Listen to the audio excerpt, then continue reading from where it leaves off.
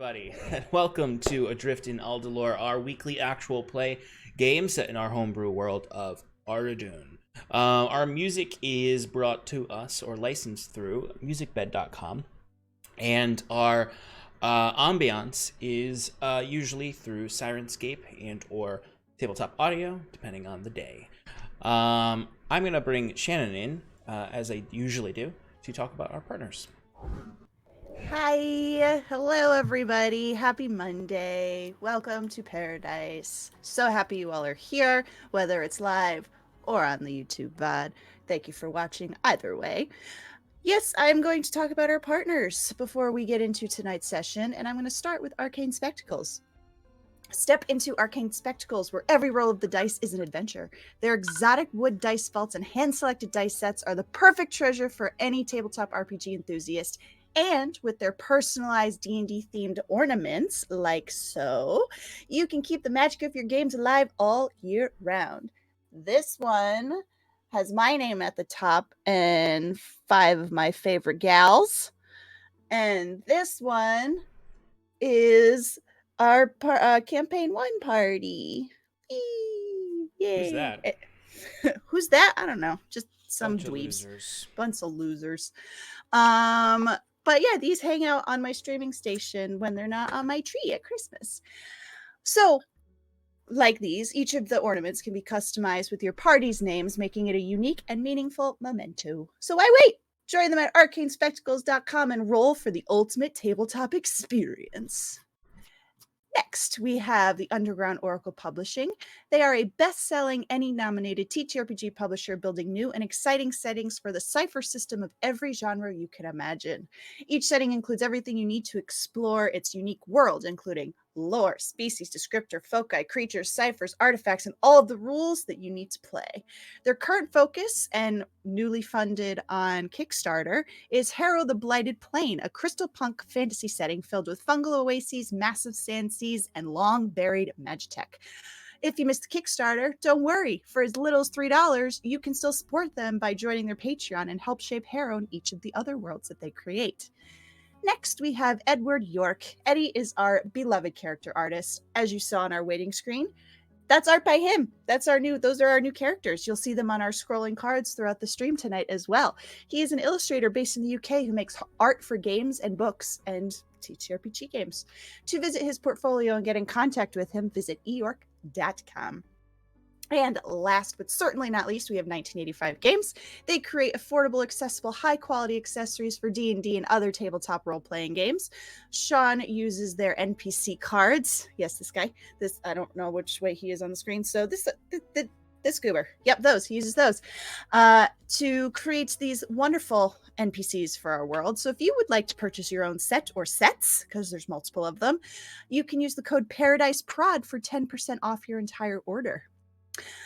If you're new here in Paradice, we have a Discord, and Sean writes one-page recaps for us each week, so you can quickly catch up on the previous sessions, which is pretty awesome. Thank you, Sean, for doing that.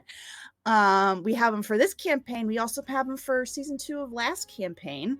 And somewhere in the cloud space, we have a 2-pager for the season 1 of our first campaign. All that is to say, join us on Discord so you can get the latest and greatest updates from us here in Paradice. If you are interested in sponsoring an episode or 2 of Adrift in Aldhalor, shoot us an email at ParadiceRPG, our original name. Oh, wait, no, I shouldn't say that because it's not part of the email. ParadiceRPG@gmail.com. ParadiceRPG is our original name. We can't change it. But it's okay because it's a memento and it harkens back to our humble beginnings. Mm-hmm. And last but not least, you're obviously here with us either on Twitch or YouTube, but you can also join us on Twitter, Discord, Instagram, and TikTok. TikTok, where I spent about 2 hours scrolling yesterday and sent my husband 42 videos. Yeah, I got 10 of them. He can always tell when I'm on TikTok because it's like, here's 20 new videos. And then Josh will send me at least 2 of the 10 you sent me. You know why? Because I probably will send him some, and then we just have like a triangle going of all the videos. Yeah, I recently saw how much of my data goes to TikTok, and it was unfortunate. But you're on Wi-Fi, man. Oh, I am on Wi-Fi, but it's just like the usage. Got it. Got it. Needless to say, it was number one. Anyway, let's bring everyone in. Hello, everyone. There's something on Stefan's screen. Oh, looks like a It's money. I know what it is. What is it? What is it? Oops. What is it? Can I get one? It's a hexagon. It's for Sean's favorite only. What? Oh, but it's ever changing. Oh my God, Alex is my favorite now. What? Yes. Oh my He's God, my favorite too. Mike's my favorite now. Look at that thing. Yeah, I get it. No girls allowed. Wow. That's pretty cool, actually. Yeah, it was part of one of me and Alex's old plans. Oh, was it for the What was it for? the Cool. It was initially going to be for like if Twitch interacted with people on screen, and you got certain bonuses depending on like 3 different tiers, and like one was like you get advantage on your use, and then another one was like add See, you can a get D4 and then add a D6 to your roll. Nice. Yeah. Anyway. But we didn't go with that, so. But we didn't go with it, so it's still here, and maybe we'll use it for something someday. All right, are you all ready to play D&D? Yes. Hell yeah. Yes. Alrighty. I was born. Oh, me too. I was born too. Oh I my was God. not. I was made in a lab. Oh, nice. I was a miracle. Anyway.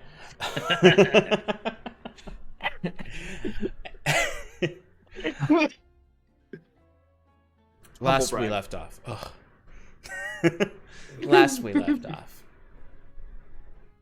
Our heroes continued speaking with Sigil regarding the strange elemental phenomena happening in Asia around Hyvin and the countryside. The party discussed this over tea and sandwiches brought by a spindly clockwork and wooden automaton. As they ate and snooped around Sigil's office, he brought Septimus and Bruce to the time-stop studies. Here he gave them the associated health warnings for using these rooms, particularly including that you should try to expel all self-doubts before entering into the room. The two agreed and entered with their books to study. Upon Sigil's return to the office, he escorted the rest of the party to see the whereabouts of the raccoons he purchased from them, to show them that they had a comfortable home and that they were being taken care of.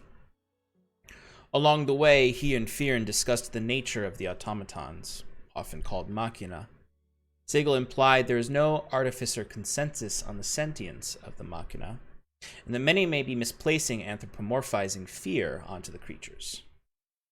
But they may yet deserve grace, but further research must be done before dissuading the skeptics. Elsewhere, Bruce researched the typical cause of magical maladies and the typical cures as well. Much of what he read indicated multiple ways to effectively cast the lesser restoration ability on those inflicted. He researched elemental infusings as well a bit, which pointed him in the direction of a famous artificer in Solonel that created elementally infused water hoses for the fire brigades in the cramped capital city. Eventually, though, disruption in the hallway drew his attention away from the study. And shortly after, the party arrived there as well, with Sigil, back to the library where they found the attendants and the spindly automaton fighting back a huge ink elemental, as well as a flock of paper birds that were surrounding it. The creature crushed the automaton and the party sprung to action.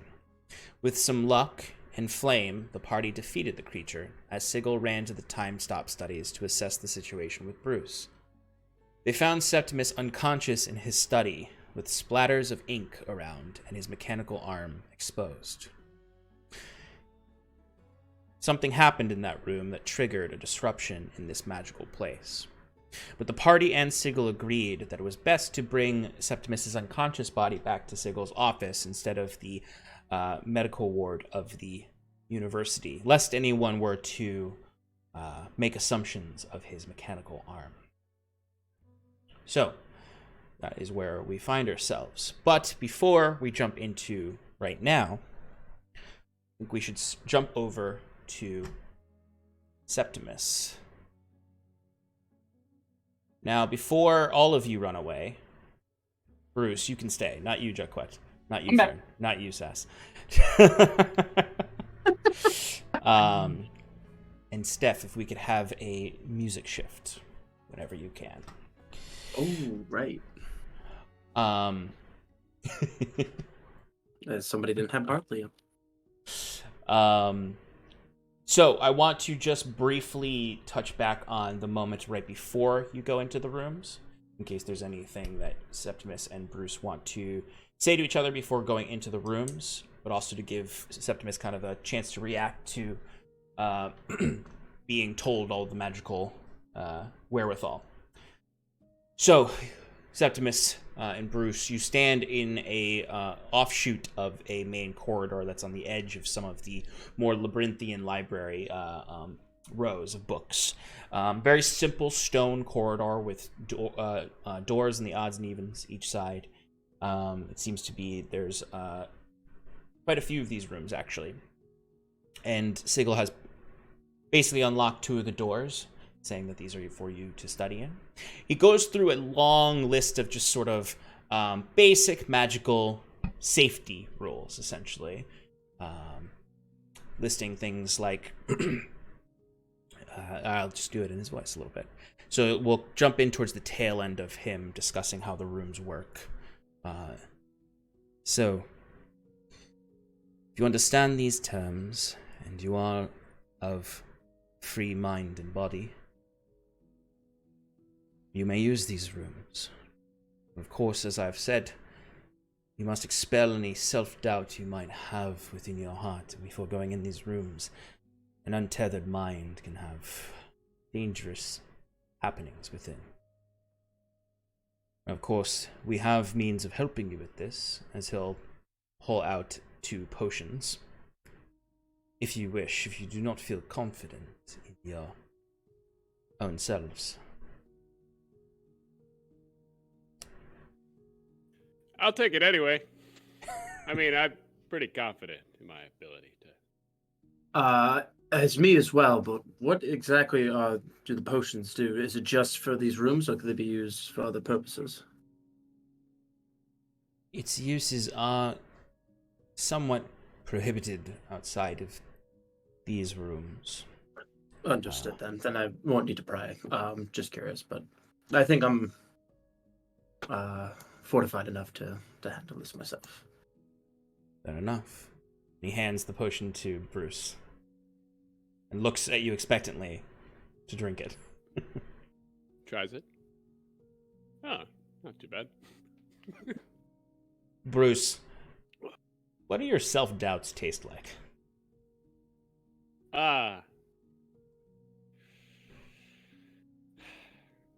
Peach. Peach. Excellent. Bruce, as you drink this potion, you would immediately vomit it back up. And where it went into your body as sort of a clear liquid, maybe with a slight bluish hue, it comes out now as this almost like gunk, like you're coughing tar up from your lungs that coughs back in and then kind of like flows directly into the vial from you. Sigil will take the vial from you and holds it up. An impressive display of confidence from you. We'll return this to you when you're done in there. You don't keep the self-doubts. Good. Do you feel any different? How do I... You feel lighter. It's not so much that like you're incapable of, say, feeling fear. It's not like a perfect confidence. It's just when you take actions, you feel like you could make any decision in a heartbeat. Like you would have any doubts about what is the right choice for you, to your own benefit or demise. It's kind of like that feeling when you drink a lot and you don't really care about much in the world, but you don't have the headache or the dizziness. It's just kind of like, yeah, whatever. I could just say whatever, no filter, and no hesitation to jump off a ledge if I don't know, maybe not that far, but yeah, less reservations. Exactly why its use is restricted to these rooms. Now, there are emergency levers, pulleys inside in case you feel unwell in there, or there is any sort of negative reactions happening in the space. If you grow too ill from your relieving yourself of self-doubt, if you pull these levers, the attendants will come, and the spell will immediately stop. Do you have any other questions? I guess no for now. How easy is it to move around in this chamber? Are they properly marked so we are efficiently using our time? Yes, you will always be able to look above the door to understand how much time has passed outside of the chamber. Next to that very time will also be how much time has been spent within. So you will know if you're in there for a certain number of hours, you'll know how much time has passed here and how much has passed for you. And How? restriction of time? Yes, there must be some sort of limits to, like, the waning of one's mind inside these things. What is your recommendation for how long we should last? My recommendation is that you don't spend longer than 8 hours within the chamber of your own time, which will roughly only pass about 15 minutes or so here. In this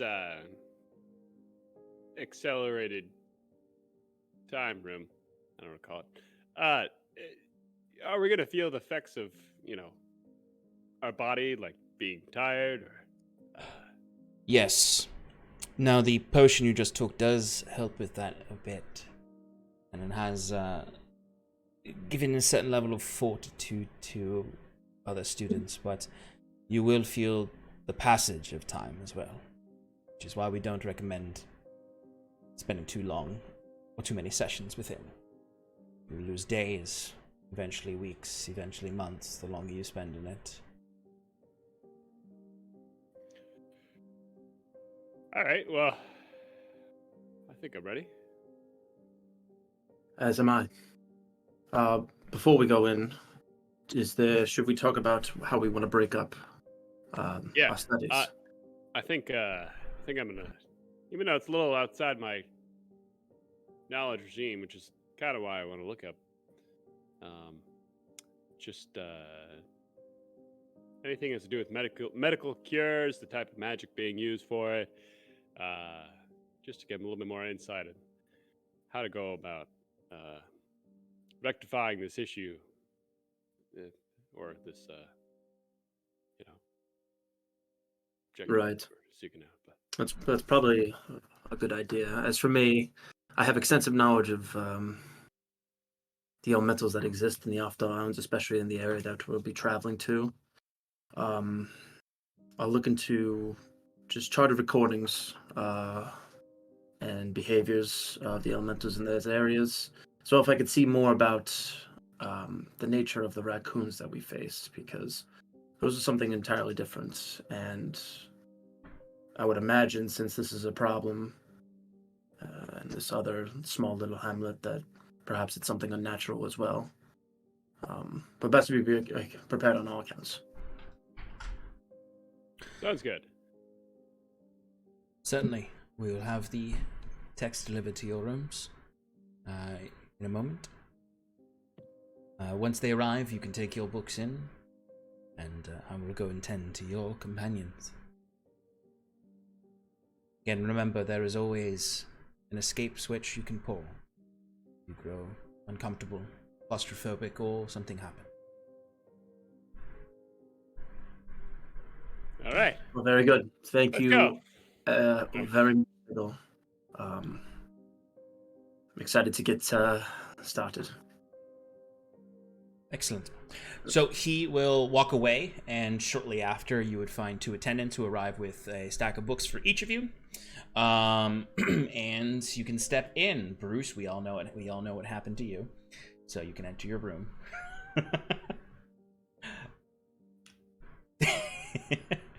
But the 2 of you do look at each other one last time with a quick sigh as you step into your chambers. Septimus, you step into the room, and there's immediately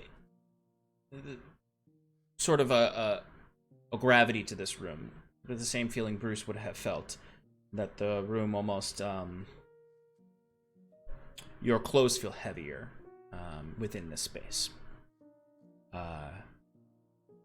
As if there's some gravitational aspect to this time manipulation as well. And that feels a bit uncomfortable, but other than that, you feel okay. You can get started with your research. Now, where would you like to start? As far as the research that I'm looking at, I suppose I start with the area at which that we'll be traveling to. The elemental beings that are most prevalent there, and then as well as any history or like logbooks of if there's like a regional or like a local, not deity, but like an elemental being that is like worshipped specifically in that area. Absolutely. Give me an intelligence check of your choice. I'd suggest probably maybe nature or arcana. Or history. We'll do history. Ooh, nat 20 for a 24. Nice, nat 20. Yes. Excellent.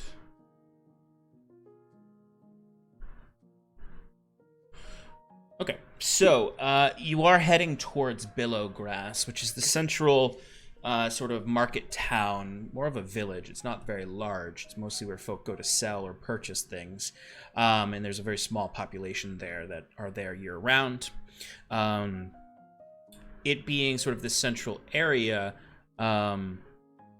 it's surrounded by small hill-locked areas, and then large fields that you're familiar with. This is generally the region that you're from. You're just a little closer to the city than Billowgrass.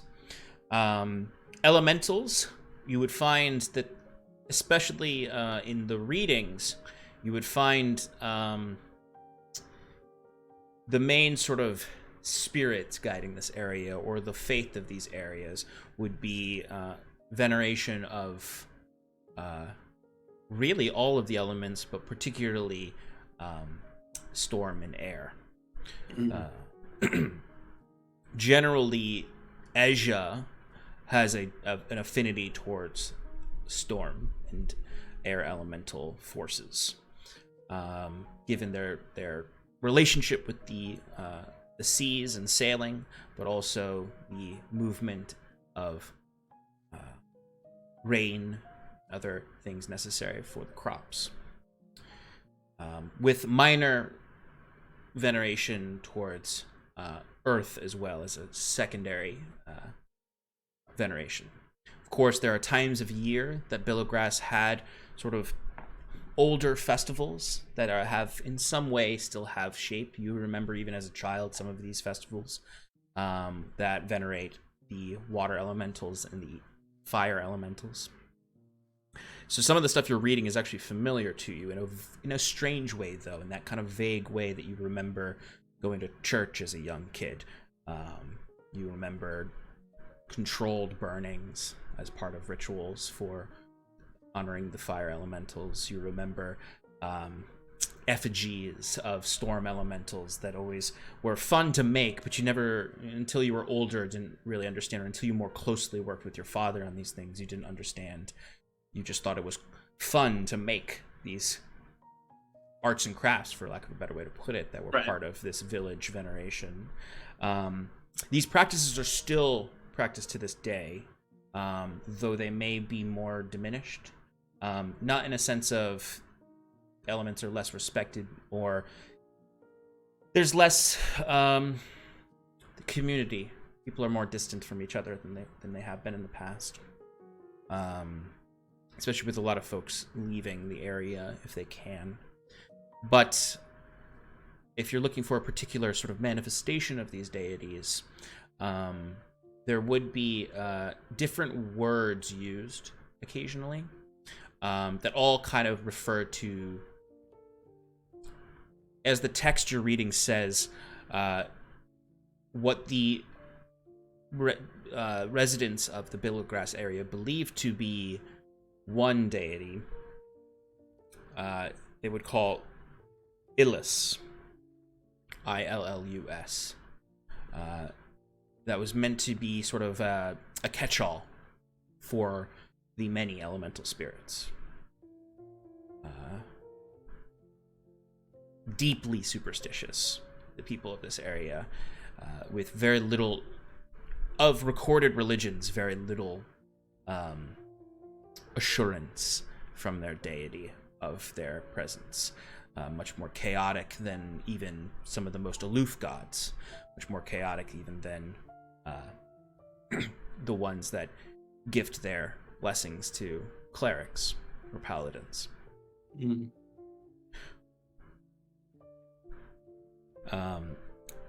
Now, you do find a few archived, since you got a nat 20, a few archived newspaper articles from the last year from the Hyvin Times, referring to the uptick in elemental presence. You even see a really, really low quality photograph of a crumbled earth elemental with a bunch of farmers standing on top of it. Mm. And just articles talking about the increase in elemental attacks, the increase in hostility from elementals in the wild, and a resurgence in the last year of superstition and some of these forgotten festivals and forgotten offerings. There's a lot of murmuring of restoring them, increasing them, some even to radical degrees, as dark as sacrificing, even in some shadier corners of the countryside. Okay. Yeah, perfect. And then, as far as continuing after that, as far as research, I'm trying to think the most beneficial while I'm here.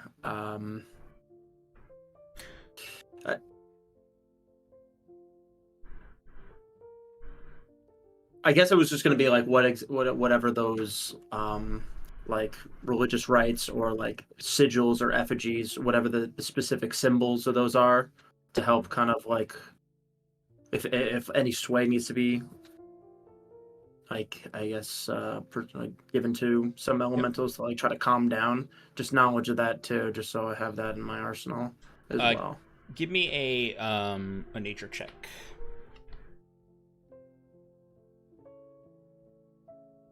That is a 12. 12, okay. Wasn't a super hard DC. It's much more so that it takes you a little while to find this one. Mm-hmm. But essentially you find a text that is essentially a runic study in elemental iconography.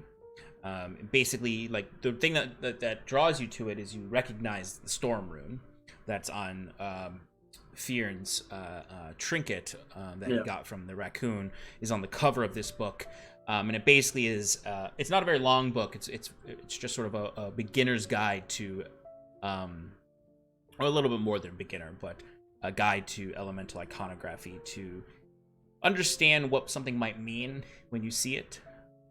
Elemental runes are different from, say, arcane runes carved into things. Actually, as you're looking through the pages, some of them even look quite similar to the runes you found on Sal, but less, even more fluid, even more chaotic in certain ways. Although as you start to look through, you can discern micro differences when it comes to Storm Rune, Fire Rune, and the way that they have their own idiosyncrasies. Would need more study to really fully embrace it and understand it, but it is a good start. But it's as you are studying this second book that you start to feel kind of like a tightness, like that gravitational field in here is hugging you a little bit tighter, and it's that feeling of wet clothes clinging to your skin, except you can't quite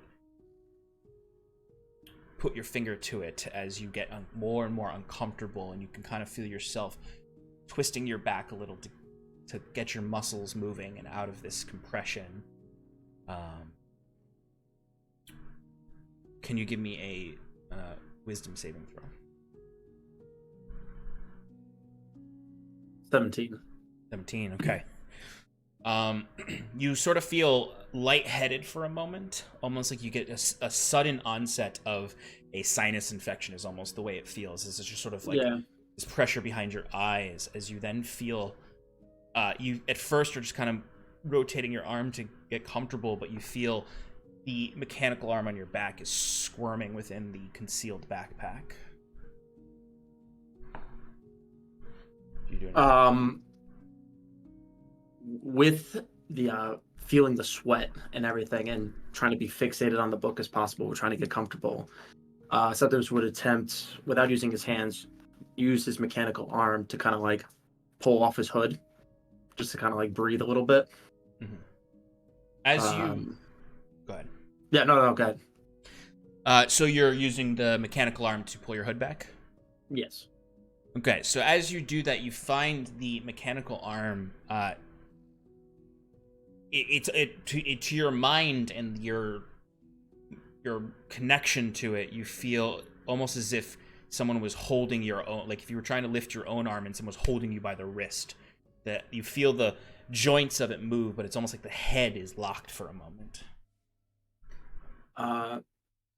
From that, I would be kind of suspicious and immediately turn my focus to that and start just trying to move it normally like I do, kind of like if your arm falls asleep, kind of like just try to like move a little bit and see like if you actually have full control, and kind of just like doing a diagnostics of like what the heck was that.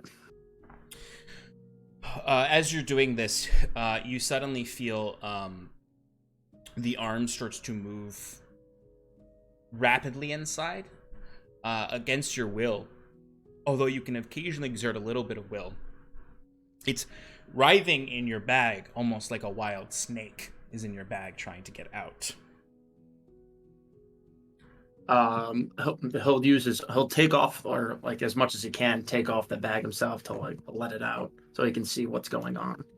Yeah, and as soon as you let it out, or as soon as you take the bag off and kind of like open it up a little bit, you can actually start to smell a bit of a singeing smell.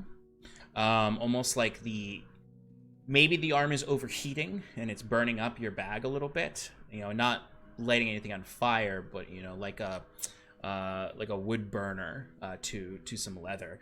And the arm just sort of comes out and it just starts to move wildly, almost like it's trying to. For a moment, you panic because it feels like it's trying to rip itself off your back. What is going on? I'm Septimus immediately goes to his satchel and tries to find like his incense and oils. But like, I must have not.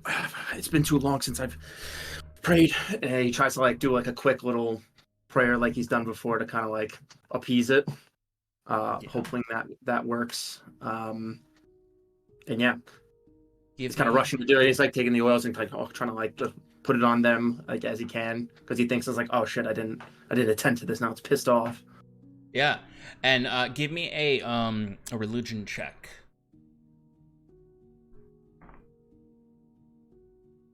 That is a dirty 20. So you are able to like at least get your hands on it, and as you grab it, like you have to It's a burn. yeah, I was about to say, give me a Constitution saving throw. Another dirty 20. You are able to push through the heat that is scalding your hand a little bit to begin muttering some prayers under your breath and using this ointment. This is holy anointment onto it.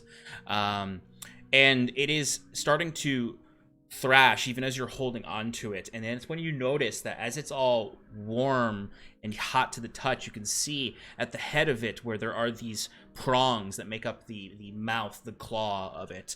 You can see something has been burned into it for a moment. You can see a red hot space or a red hot sigil on it. That is a sigil you've never seen before.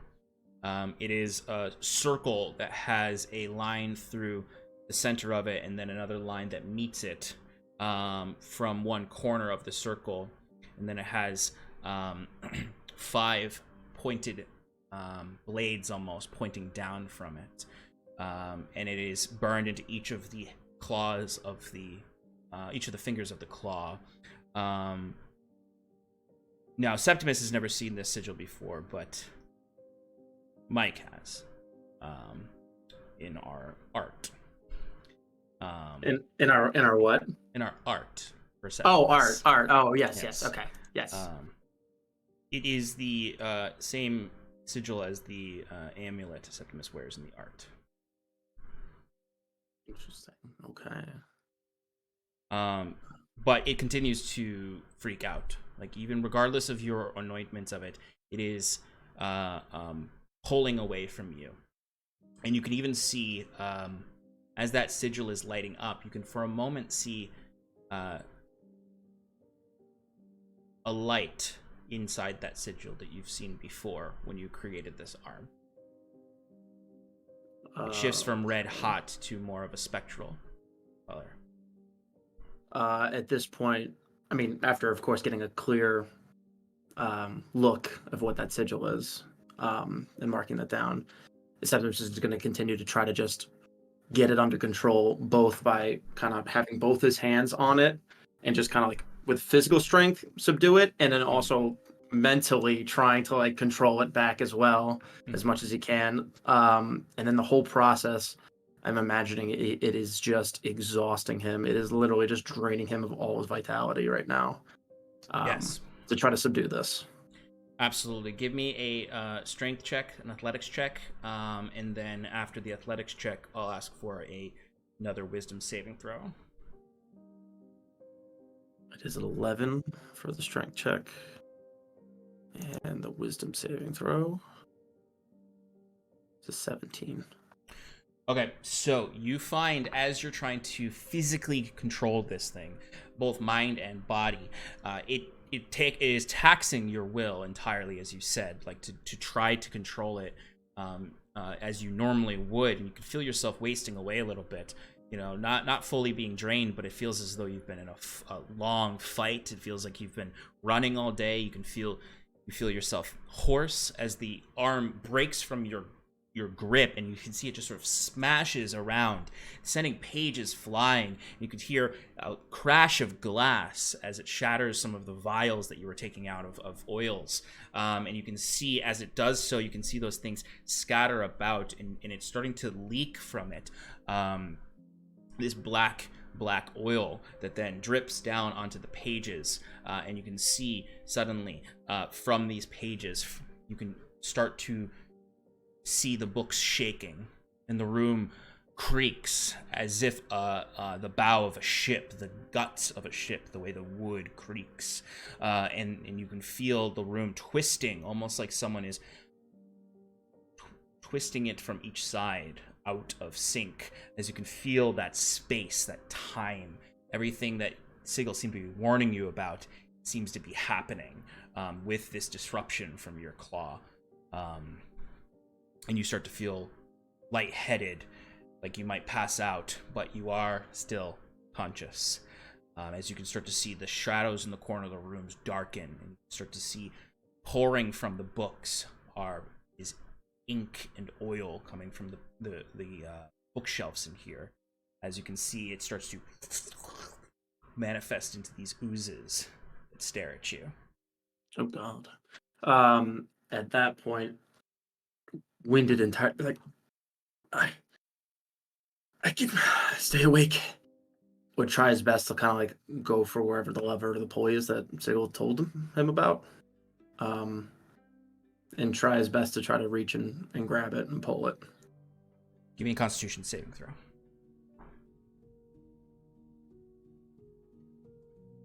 Dirty 20. Dirty 20, okay. So, you are, like, your footsteps are heavy. You realize part of what has been draining your spirit is not just the arm, but the gravity in this room has grown heavier and heavier every step you take. You actually peek over and look, and you can see the numbers on top of the door are moving much quicker than they were before.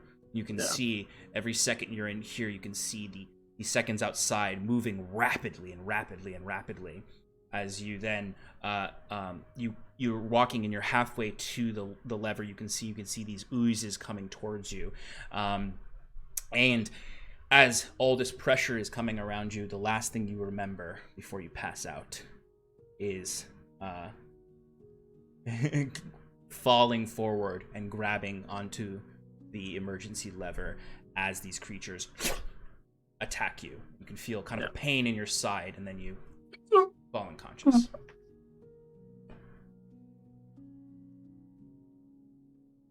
And then we'll cut to everyone else.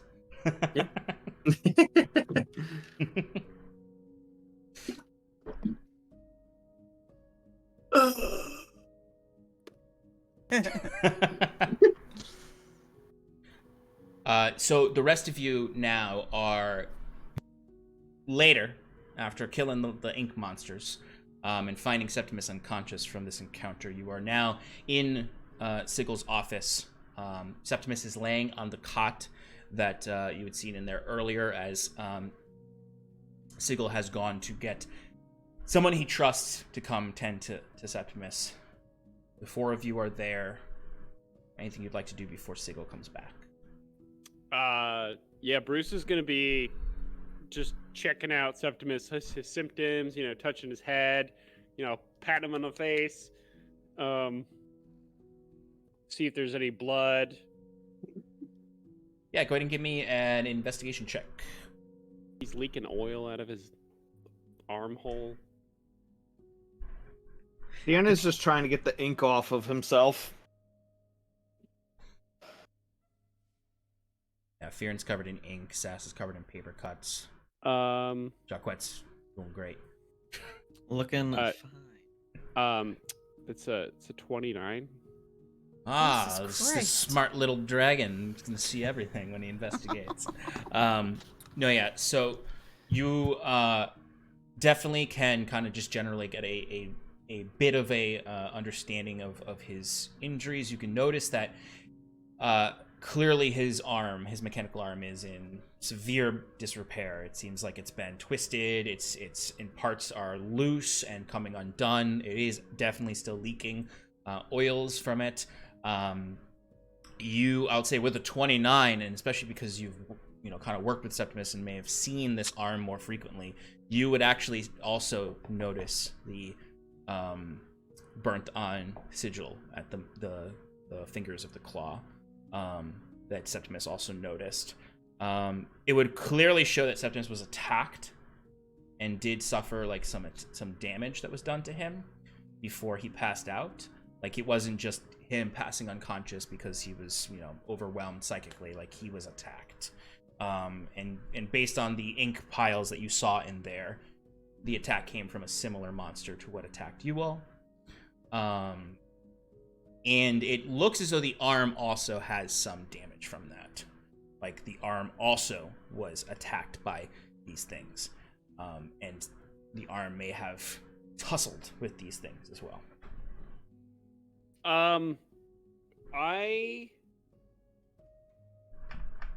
Because I'm, an expert now.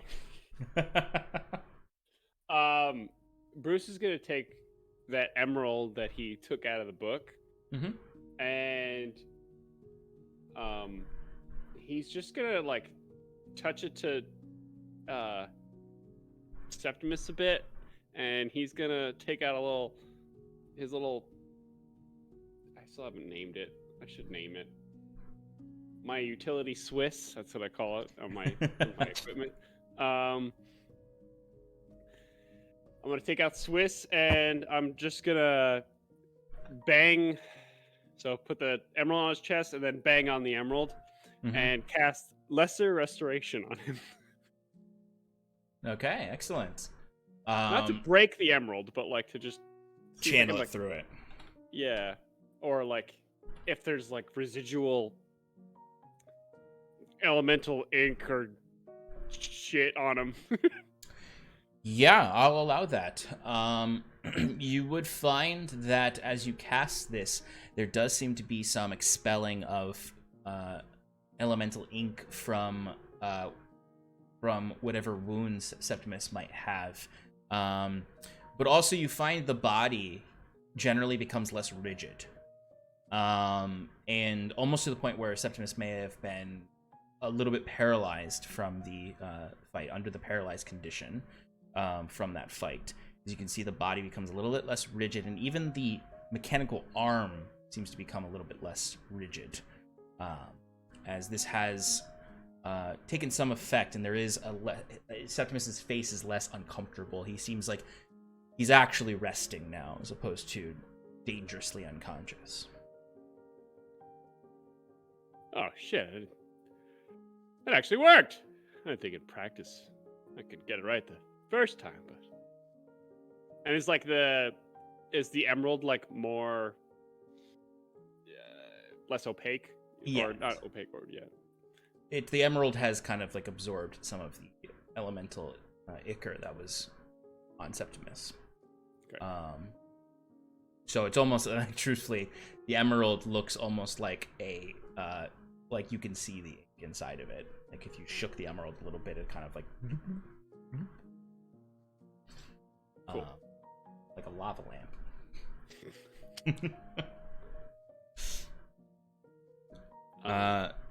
Anything else? Rest of you, or you just? I'm just sitting and just like covered in paper cuts, just sprawled on the floor. It was a rough fight. You don't have very much health left. Yeah, Bruce is just gonna go around and try to play doctor, even though he has no idea what he's doing. Yeah, very easily you can diagnose Sass with paper cuts. Yeah, wrap her up in duct tape and I don't know, some paper that I found in the office. Why would you use paper for paper cuts? It absorbs blood.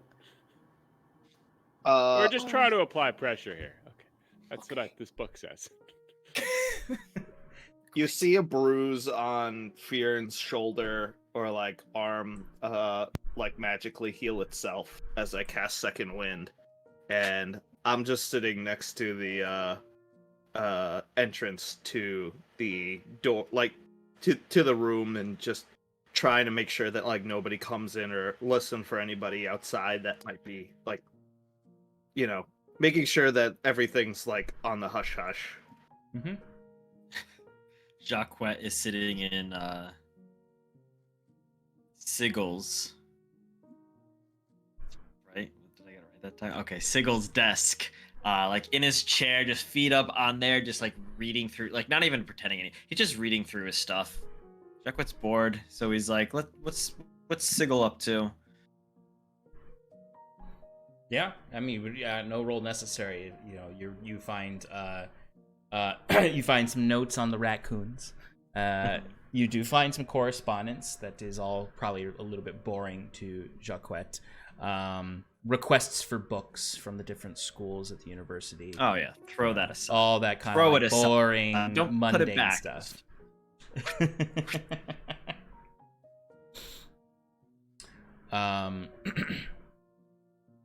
Probably more interesting to you, Jaquet, when you're looking at his desk, is some of the trinkets that are all on there. There's a lot of strange crystals all over his desk. Some that you've not seen before. All of them uncut in any way. Some of them with strange geometric shapes as well that are, to your eye, look unnatural.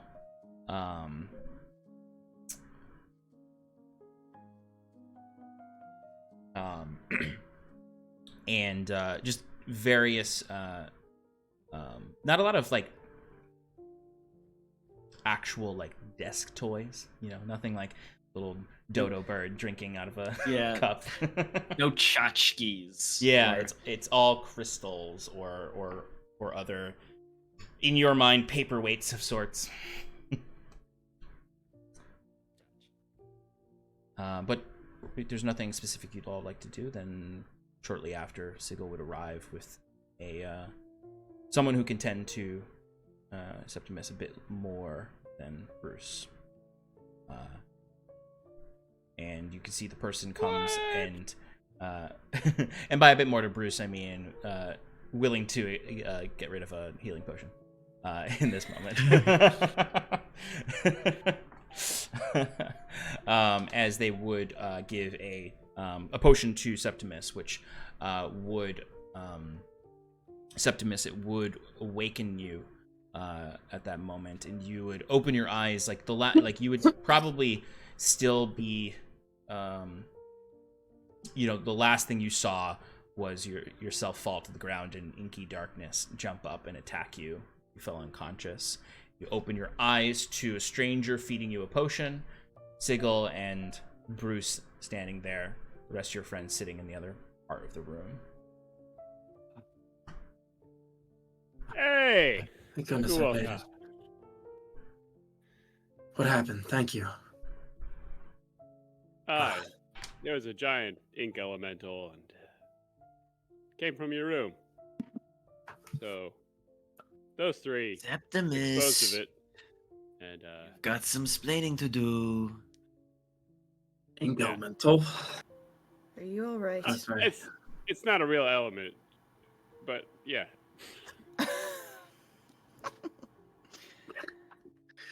Sorry, something overcame me, just mentally, physically. I was having.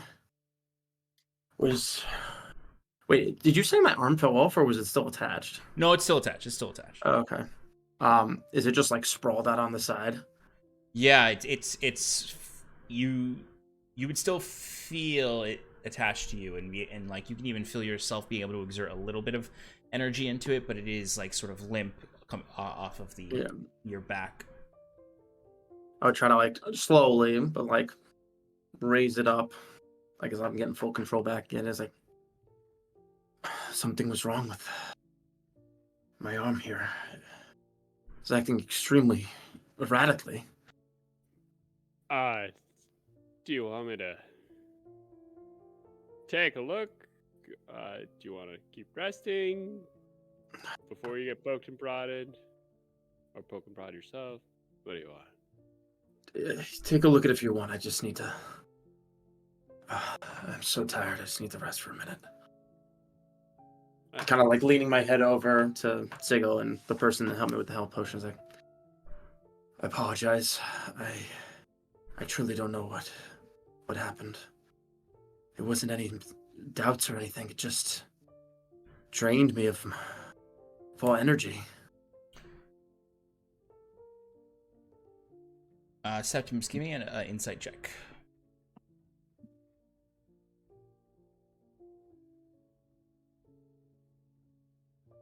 Eight. Okay. Yeah, they are. Yeah, yeah. He's back. Yep. He's back. Mhm. Yeah.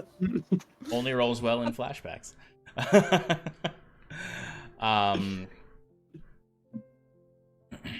Sigil looks to you and then looks to the arm.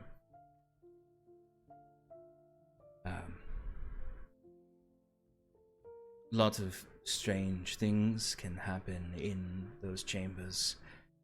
I looked to the room after we took you out of it, and something disrupted the magical ties there, accelerated the anomaly. You spent a lot of time in there. How long do you think? What you say?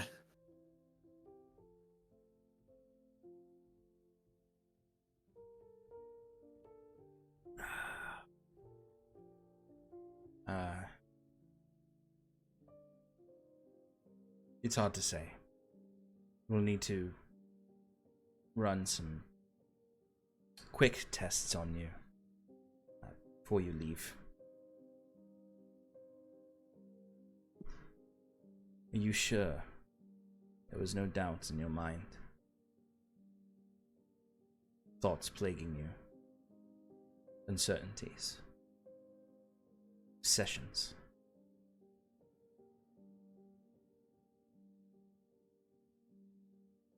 So it was kind of quiet for a minute.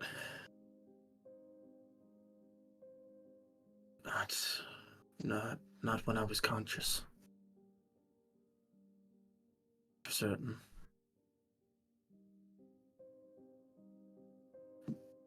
Sigil would sort of nod to the medical ward to head out, and he would come closer to you and look to the arm. Sean, did this medical ward see the arm? Like, was it? Yes. It was out, right? It was And out. so Fyrn would probably stop the medical ward before he leaves the room and just be like, "What was your name again?" Rodwin. All right, Rodwin. Thanks for your help. Keep this to yourself, please. Keep all of Mr. Sigel's secrets. Now it's Good to you. man.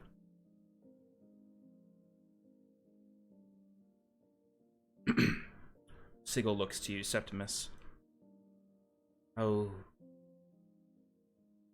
long have you had such an augmentation?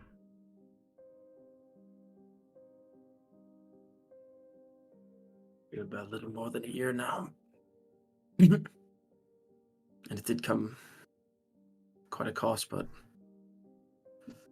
I assure you I had no regrets.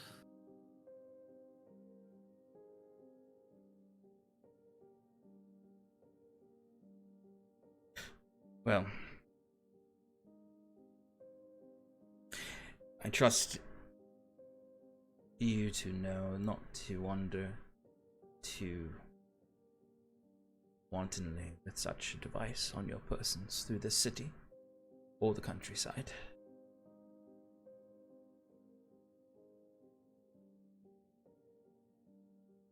I try to keep it as inconspicuous as possible.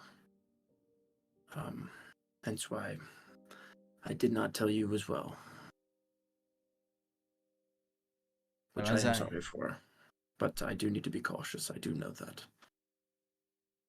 Well, I would have considered you quite the fool if you had told me outright. As I said to your friend earlier today, in the efforts of anthropomorphizing such creatures, such machines, many have misplaced fears of them. But I think you already know that.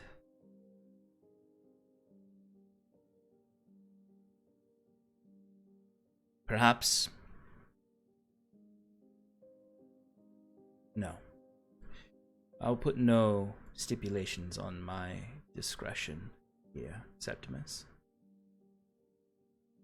But perhaps if our partnership, he looks to the rest of you, grows more, you might allow me to take a look at this. Sigil, that could be discussed at a later date. let's focus on the task at hand here. What are you gonna tell the people of the academy about the what happened? I mean, there's no hiding those ink elementals attacked, and we weren't there. Are you gonna be all right? Oh, I have quite the... Other than funds to repair certain things and to quell certain things, I'm quite privileged here at the university. These halls are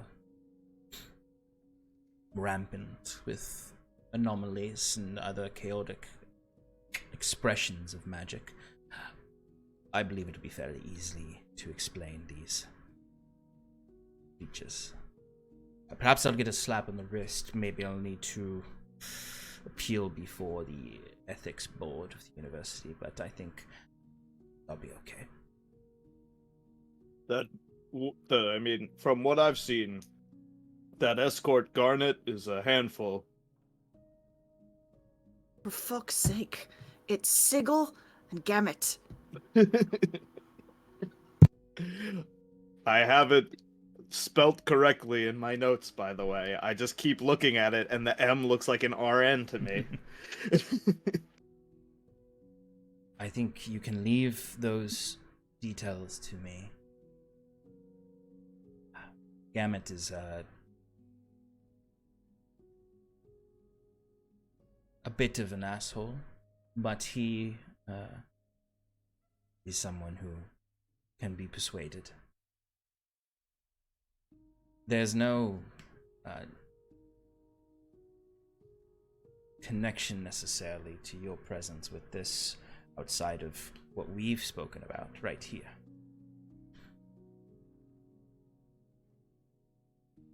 Mismanagement of magical instruments that I will appear before an ethics board for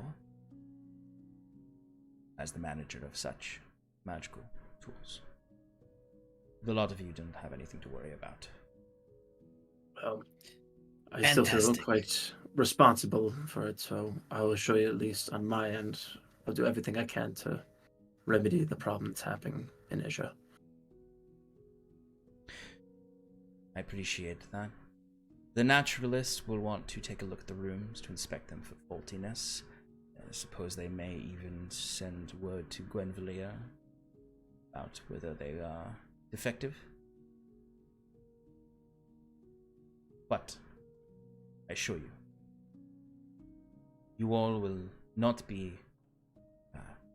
there will be no negative repercussions coming upon you. If anything, I will sing your name as heroes who were there at the right time. I like the sound of that. Much appreciated. Perfect. Well, it is in my interest, since we are to be partners in business. Which, speaking of, despite this messiness, I do hope you were able to do some research into what you needed.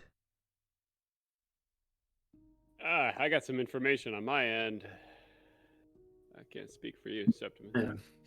Septimus trying to collect himself as he's kind of like sitting up now, kind of like seeing his head. He's like, yes, yeah, I did. Trying to remember the last thing I recall before I fainted. Going to his satchel, picking out like a notebook of like notes that he jotted down. I did. I'm familiar with the background of elemental worship in the area. So there's some kind of radical worship that could potentially be part of the problem. Sigils, different rites of worship, things that can appease the certain elementals, all stuff I think could be very helpful. Excellent. Well, I suppose you will need some time to prepare before you leave. Of course, and I believe you had mentioned something about an allowance for travel? Will we be receiving it now, or is that like a reimbursement type thing we come to with you after? Well, I suppose it's up to you. You can either accept a sum now and use that to prepare, or you can purchase what you need and it will come off of the total amount. What will come off the total amount? So the allowance is an advancement, so that you can Right. purchase what you Okay. need. So that allowance will just be folded back in, and Yeah, you we'll can take purchase the what you need. allowance. Okay. Yeah, it's money. It's better to have money in hand. In All case, right. for some reason we don't come back or something happens to you. I don't know. Maybe you get canned after this whole affair. Jaquet. You just want to make sure you're prepared for all inevitabilities. Sure, you don't have to be so blunt about it, though. No, I mean, he's not right. I mean, not wrong. All options are on the table. Anything can happen. Yeah, but still. I mean, we It just was thought all in it go eventual. jest. That wasn't planned for. Sigil knows it's all in jest. Right, my friends? And Sigil nods to Jaquet. I understand the language he uses. Now, Someone does. certain things purchased by the university in this effort will still be the university's. You are just using them. Such as horses. Now, So, I just want to clarify here. And Jaquet takes out like a little abacus. And he's like, so if we are to take the sum amount now, instead of the reimbursement as we would later, if it was a reimbursement style that we'd be doing, would we then own the goods? I don't understand. If you're giving me us an allowance now and we spend it, and that's getting taken out, shouldn't that still belong to us because it would be technically the reward coin that we are earning? well, horse-wise, we're talking about horses. It would either be you use the university horses, or you can purchase horses from your fee. I see. Now, the reason why the reimbursement is potentially a stronger use for you is you don't know how much you're going to make. You solve everything, come back with maximum amount of goods for me, then you'll have a larger sum to use in purchasing things and reimbursing Is yourself.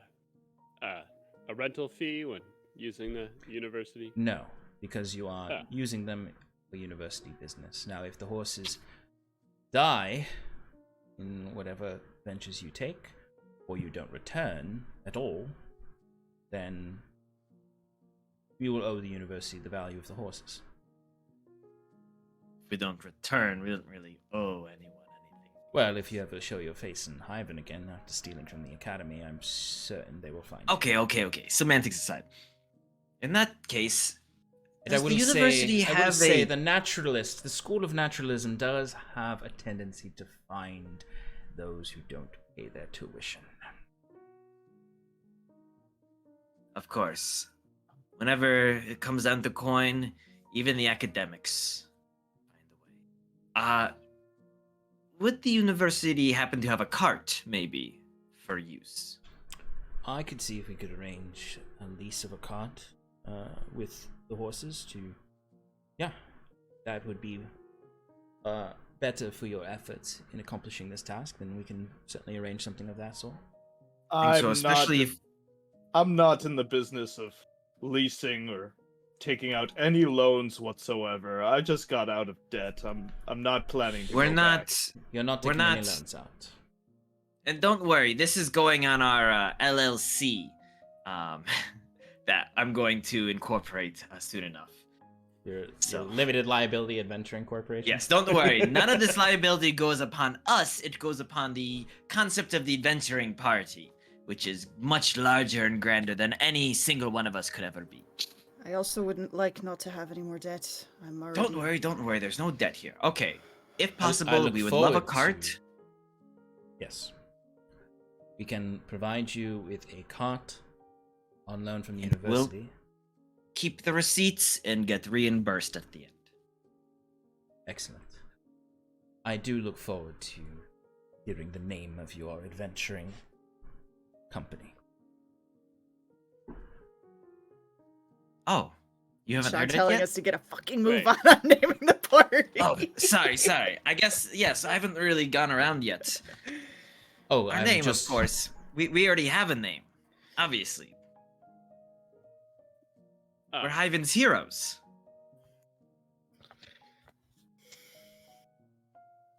See, back where I come from, there was this great bard. His name was Hogan, and he had a merry band that followed him around.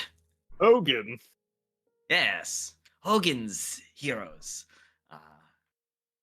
But you know, we're not really tied to one individual. No. We aspire to something greater. No, we are Hyven's heroes. We are here to serve. I the think city. I've heard of Hogan. Did he have a bunch of subordinates that were all named Jersey? Well, regardless of what you name your eventual supposed adventuring company, Hyven's heroes. our arrangement is between you all individually. I suppose eventually we can arrange for it to be through this LLC. And anyway, if there's nothing else you wish to ask me, then I can summon Gamut here to escort you back. Does he have to escort us? Can we just go ourselves? Like you said, he's an arsehole. Don't want to walk with him again. I'm in a bit too much right now to break those rules. I can see if he's willing to walk you across campus instead of through the teleportation circle. Those of you who had interest in... Actually, the teleportation circle is really cool. If we can go back to it. Fair enough. As you wish. I will be here when you return. You have your papers to get into the university again, and since you lament Gamut so much, and I do understand, perhaps after the accomplishment of this feat, I can expand your rights of movement through the academy. Thank you again, Sigil. And again, apologies for any sort of mess. No apologies necessary, Septimus. I look forward to seeing you on your return.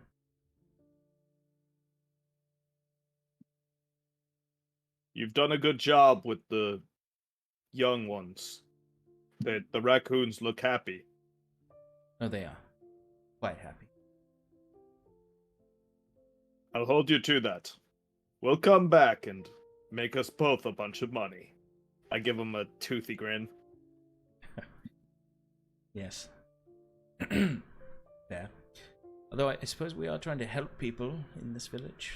But money is also good for helping people in the future. Well, if any other side effects occur, Septimus, let me know upon your return. Of course. Well, safe travels. Goodbye. Have a wonderful time. Okay, and he would summon Gamut there, and you all can be led back through the halls. You leave these endless libraries back out into the vestibule of the library building, and down the steps through to teleportation circles. And you can be brought back to the front offices, and you have the rest of the day. Yes. Before we had left, Jaquet would have just made a note of where we should and when pick up a cart and or horses. Okay. Yes, it'll probably take a little bit of time. You can claim them whenever you want, so you don't have to leave right away, even though Sigil said the sooner the better. You can claim the horses by coming back to the university, and I'll say Sigil gave you a document to give to the front desk, where they will then bring the horses and carts out for you to take along with you. Okay. Pick up within 2 to 3 days. Fantastic. All right, you are outside of the front offices of the academy, back into the Admiralty Court, where you can look around, and you are still in the Ridge Rock neighborhood, where the businesses, guilds, and whatnot are. And if there's anything else you want to do in the Admiralty Court, you are here. It's about late afternoon at this point. We're looking at like a 3:30 time. What would y'all like to do? Did we want to talk to that reporter, or do we want to wait on that? While we're up here, it makes sense just to stop by, you know, see what's going on, figure out. Yeah, quick little, and we'll head off. I'm a little curious about who's in charge of this town around here. I mean, we've done a little research into the sketchier sides, but I mean, I haven't seen a lot of guard presence anywhere but this neighborhood, so maybe we should talk to maybe some sort of administration. I don't know what they have here, but there's a guardhouse or something. Introduce ourselves. Well, What's the point there's of not. that? I do I know agree. some of how the town is run. There are no guards house because there are no guards typically. The academy here is pretty much what runs the entire city, mostly when it comes to paid protection. As far as any sort of other keeping of the peace, you have just lone mercenaries that roam the streets and kind of give an intimidating look. But as you already know, the corner as you go further down to the ward, it gets a little more sketchy. Well, okay. I just figured maybe, rub some elbows. Yeah, Sean, who exactly is like the leader of the town? There's no mayor, right? It's just Well, there's We talked okay. about this last session. Okay, I thought so too. Yes. Okay. Yes. What did you all just say? Nothing. Yeah. I just wanted to reiterate. Don't worry about it. Yeah. I mean, you know, obviously, like what you said, like the lower city is basically run entirely by either local neighborhood watches who are kind of trying not to have to hire mercenaries, but rely on each other. And then you have the folk who are not quite rich enough to live in the Admiralty Court, but well enough to hire Alumno Defiance former members to protect them. And then those who have to rely on criminal organizations to protect them. We also have the Commodore, right? Bruma? Not Bruma. It is Zura? Zura Umadori. Yeah, I had Bruma, but that's okay. Yeah, you do. You do know that the Admiralty Court Guard presence is funded through Zura Umadori, who is the Commodore of Eja, and her office. So there's a Commodore's office that would be run through her manor. And as we said last week, I believe, or the week before, she's not often in Hyvin because Hyvin's not really the seat of power of Eja. Eja City is, but Eja City is really just an old holy site. There's not really like a city there, so to speak. It's just called that because it's the seat of power. She vacations here often. That is known. But administration's left to a combination of the Commodore's office and the academy.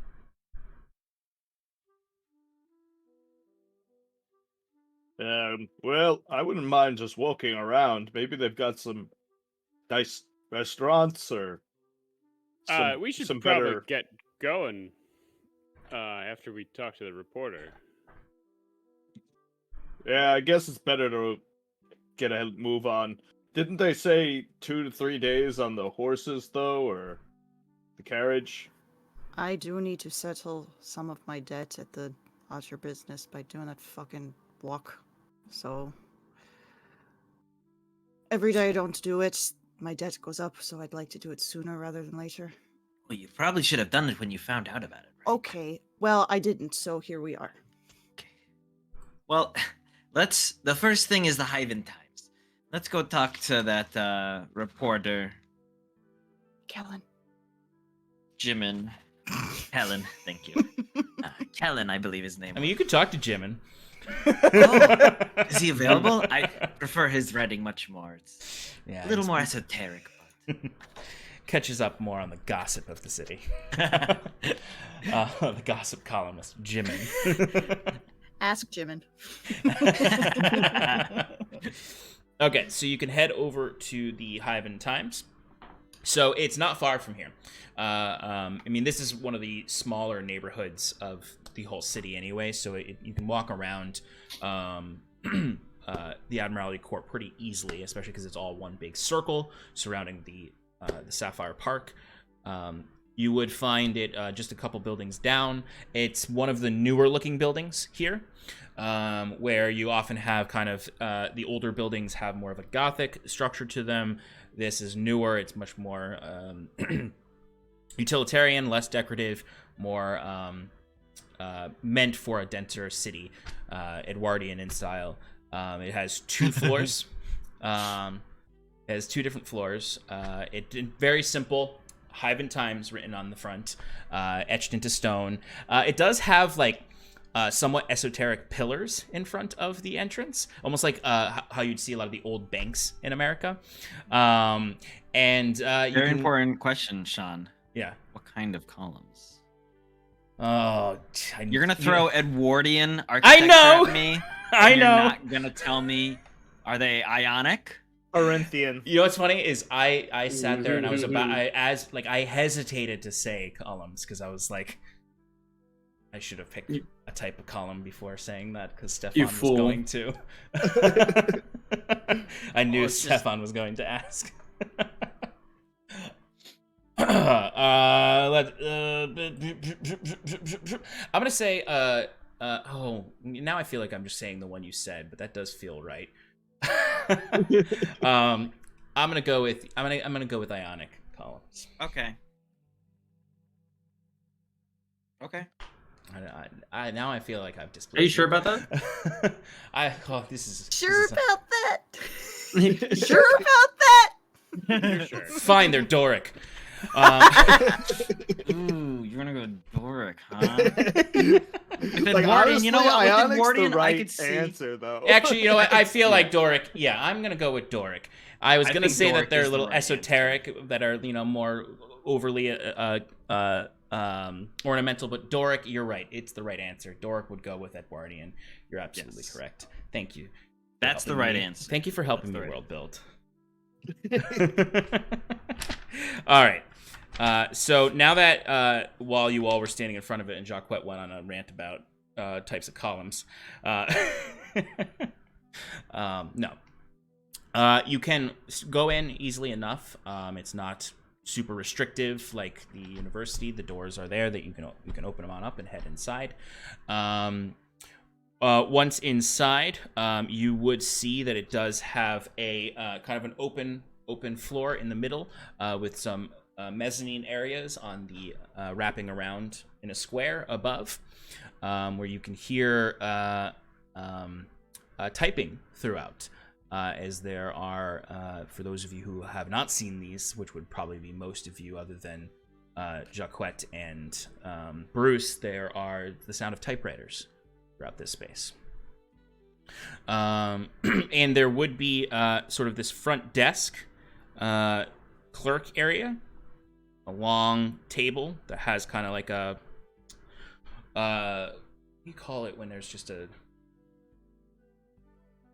you can raise the desk and that's how you walk through. A little flap. Flap. Yeah. Flap. We'll go with flap. Counter flap.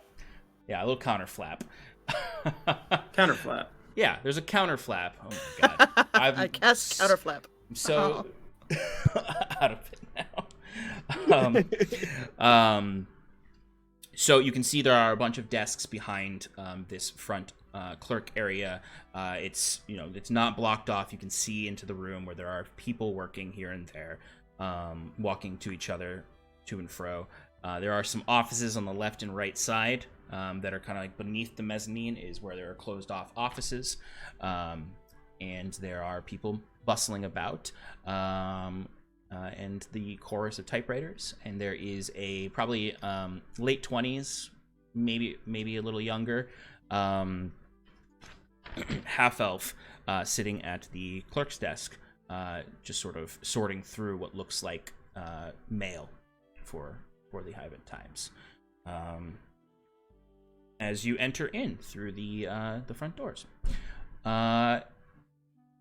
Before we jump into this scene, I think we will take a quick break, since it's already past 8.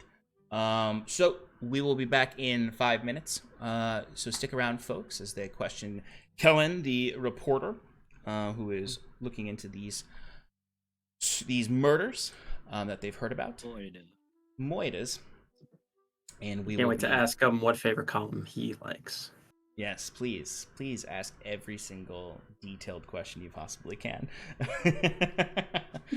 All right, The folks, answer we'll to be this back. morning's crosswords. Oh no, that's deep. that is very proprietary knowledge. Anyway, we'll be back in a few going to moments, have us folks. do a crossword puzzle to That's finish. rest of the session. is Love just you all crosswords. doing a crossword puzzle, and if you get it wrong, nothing happens. All right, we'll be back in a few moments, folks. Welcome back, everybody, to Adrift in Aldhalor, with our with Hyvin's heroes. I didn't say it. Now, with an amalgam of folk who could potentially one day be called Hyvin's heroes in a legal sense, but not in a collective cultural sense of their group. No. Our party has just left the Hyvin Academy, where they have entered into an agreement with Sigil to do a certain quest that they will be leaving in a day or two for. After also helping, or at least being there for him as he awoke from a traumatic experience, Septimus undergoing some disruptions within the special time-stop study rooms of the Academy's library. Now they have entered into the Hyvin Times, the only newspaper in Hyvin that they know to be an investment from far-off investors in Solonel, the capital of this area. Yes. Are there other newspapers in Hyvin? In Hyvin, not like a broad, like a newspaper that delivers out and covers the whole city. There might be local pamphlets or newsletters that happen within certain districts, certain areas, but this is the only like widespread paper that would have news about the entire city or broader things. Good question. I miss the good old days when people just yelled their news in the middle of the town square. Not all this clickety-clacking. They always had weird accents, those little newsy boys. I mean, some folks still do, or you just go to the local tavern and you just kind of listen to whatever the bards are saying, you know? That was not the good old days. That was just annoying. That's why Extra, read about this thing no one cares about. Yeah, exactly. It's kind of like a seagull. You just want to shoot it. Literally, as you say that, you see a young boy carrying a stack of papers open up the desk flap to walk by and just looks at you, shaking his head as he puts his news cap on. Not you. No. It's still a job, you know. The kid's got to make a living. You could deliver the paper instead. Was that a orphan sell boy those or a middle-aged gnome man? I leave it to you to guess. As you see either a small orphan child or a middle-aged gnome leave with a stack of papers to go sell out in the park. But no, they are actually still sold like that in market squares in this area. There's not really a newspaper delivery system necessarily, except for specific places and residents. There's not a kind of citywide delivery, but it is sold all over the city. You've seen people reading the Hyvin Times before in your journeys. Yes. As the newsy walks by, can Jaquet just take the top copy and look at what the headline is? Yes, you can. So the headline is quite. I mean, I guess I can't say quite boring because I don't know what you might be interested in it, but it is a basically the top headline says governor calls for stricter legal codes within Hyvin. So the biggest article is about the relationship between Hyvin and Solonel and how there is rumors of a call for stricter legal codes to be put into place within Hyvin and Ezha in general. Yes. Who's the author? Is it Kellen? It's not Kellen. You don't have to make up a name. If it was Kellen, I would like to. Nope, it's sorry, I mixed up first and last name. It's Cass Alafina, editor-in-chief.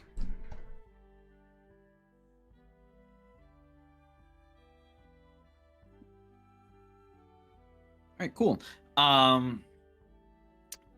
Looking across this area that we're in, can we see a light-scaled green dragonborn that looks well-dressed? Give me your perception check. 24.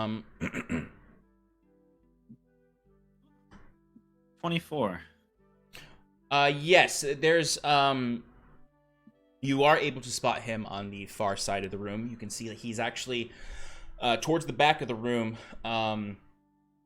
You can see he is back there with a small cluster of people who are all kind of meandering around what looks like a large printing press. And you do see there is that what you would fit as the description or engagement. Is there a easy can I just walk through to get there? I mean, you can go up and ask the clerk if it's okay to go talk to him. You know, you can do no. Or you can you I could, walk? You could just walk. Okay. Yes, is like you know The- like the- is there the- like a it's small literally waist? that's what I mean by this. Okay, This that's the only thing. God, I wish I had a better name for it than desk flap, but it's basically That's like what it's called. It's a counter flap or desk yeah. flap. There's basically the clerk office, the clerk desk goes along the entire expanse of the wall. And there Okay. is a counter flap that is basically the in and out of that area. All right. Holding the newspaper, looking like he belongs, Jaquet's just gonna walk through and motion for the rest of the party to follow. As he's kind of saying like, that looks like our guy back there. Let's go talk to him. Fyrn's noticeably keeping the largest amount of distance he can from all of the machinery. Whereas Sass is looking at it like, I gotta get me one of these. I like this sound. Shing. Yes. So, truthfully, as you kind of open up the desk flap, the clerk doesn't seem to really notice. They are very like deep in sorting this mail, and people are too busy.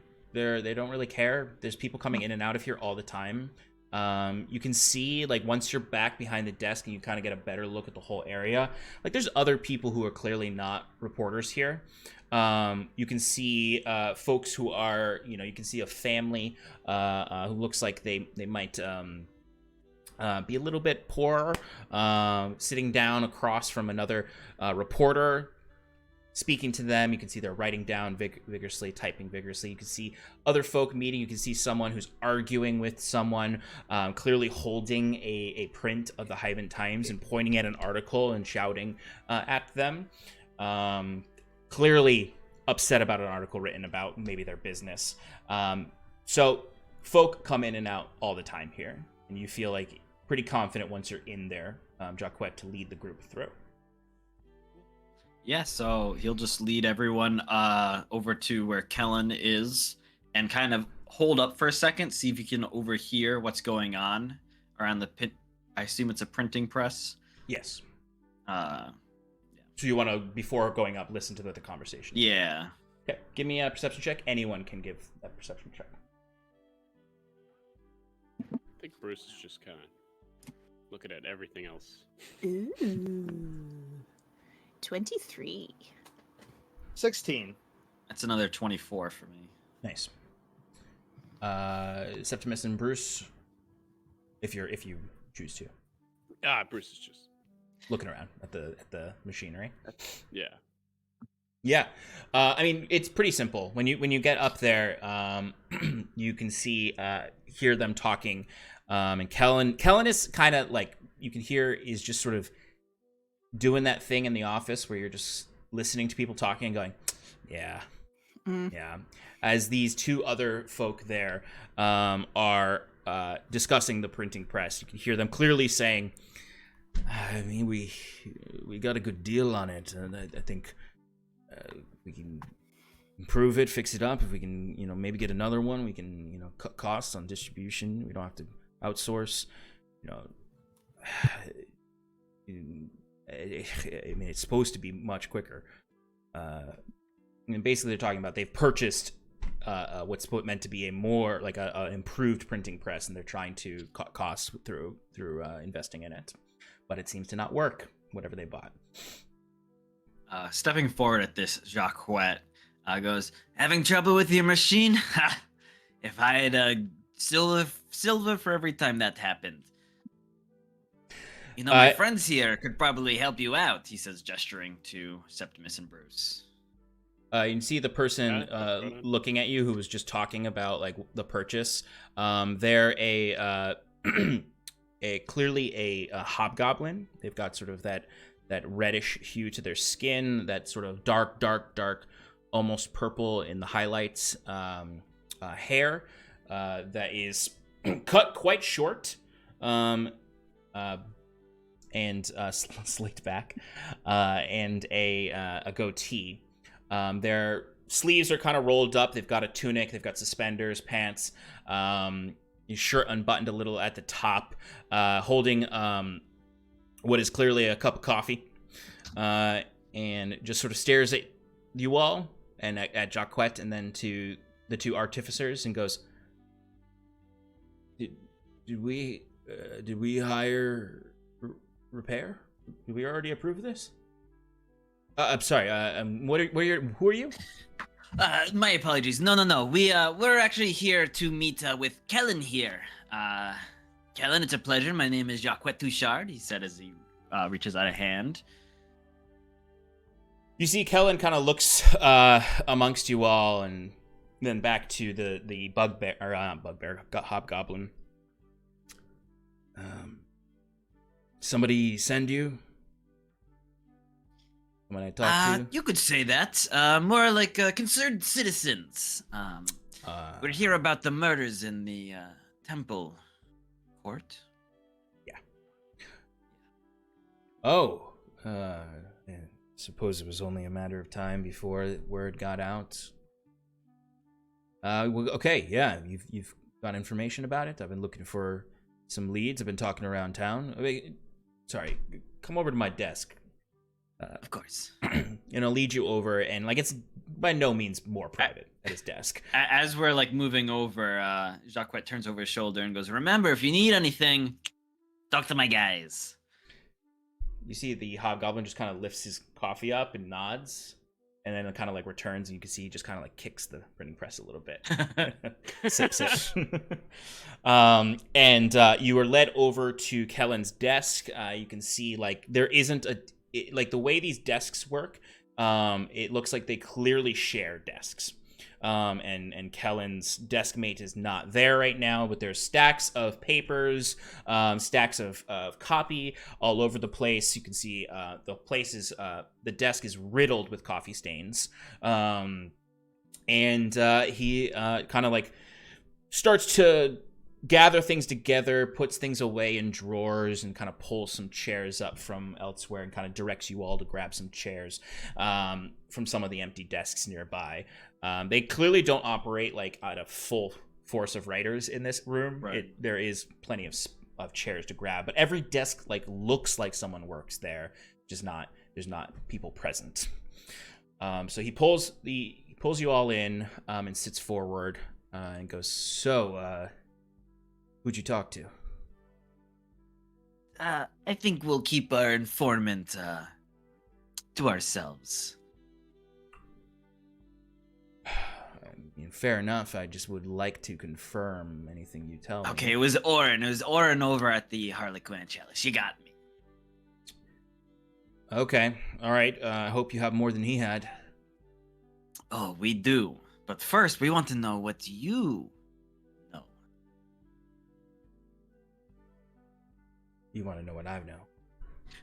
But of course, it seems only fair. You tell us what you know. I mean, you're the authority here, and then we'll help fill in any gaps. Jaquet just like kicks at Bruce to shut up. As Jaquet is not sitting in any chairs, he's casually leaning with his hip against the desk. It's not usually how people drop their hints or leads. We're not to the office. Usual people, so. Bruce hands Jaquet a lollipop. Yes. There it is. Dude. Jaquet takes the lollipop and goes, What is this for? You eat it. Oh, can I have one? While you're all getting settled in here, I'm just gonna go get another coffee. Anyone No, like one? No, it's fine. And then Eat the goddamn lollipop.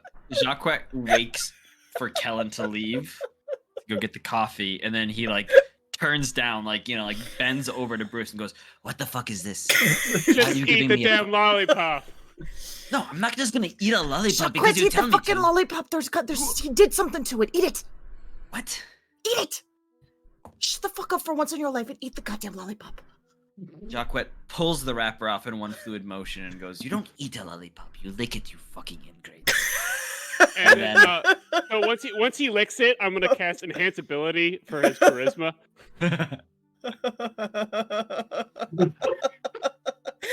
Yeah, Amazing. Jaquet.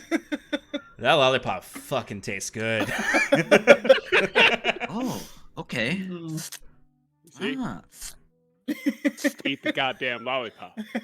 What is this? What is this? Pomegranate? I've never tasted anything like it before. Yeah.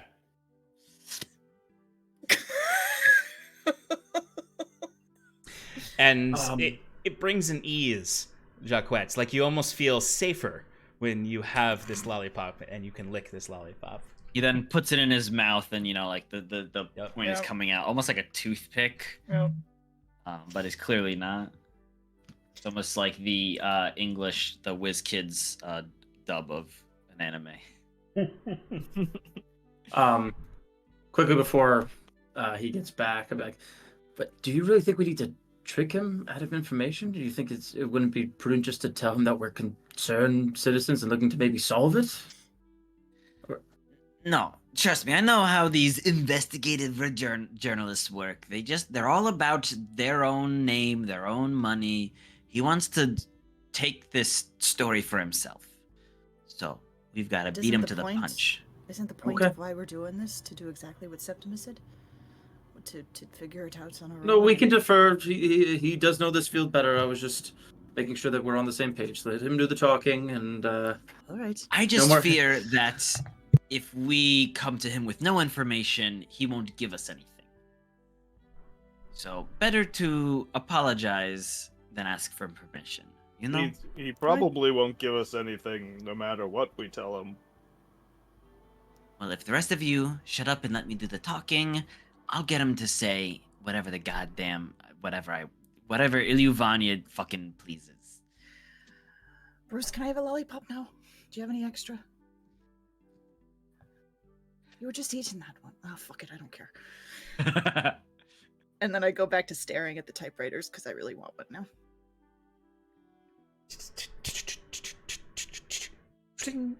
Anyway, he returns and he brings he brings a pot of coffee over and puts it down, and there's a few cups if anyone wants any. But he sips it and sits back, and he just kind of looks at all of you one at a time. Well, before I give you any information about an ongoing investigation for the Times, who are you? I understand you don't want to tell me who your informant is, or I guess you did. You don't want to tell me the info you have right away. I understand there's a little bit of trust that's developed between Porter and Lead. So, who are you? Well, I told you, my name is Jaquet Touchard. I don't know, would you say I'm the leader of this, of our merry band? He says, talking to the rest of the crew. No. So you're adventurers. Yes. Some of Yes. us have been adventuring for much longer than others. Okay, it's not a competition. But yes, we all work together to complete quests. And overall, you know, elevate the lives of our fellow citizens. And of course, make a coin. Oh, there it is. Yeah. Met a lot of Don't wanna be- adventuring types. Mm. Not that different from reporters in a lot of ways. Yeah, I was about to say. All just chasing a story, am I right? Yeah, I suppose. Some of us live the stories, and some of us just want to write about them. Fair. So, you don't want to tell me what you know. You at least know the story out there of what happened. Need me to talk about that too. We understand the basics. 2 murders, skulls crushed. Unknown assailant, but there are assumptions on the air. Yeah, there's those rumors. One crushed skull is the real story. One crushed skull. The other one, throat slit.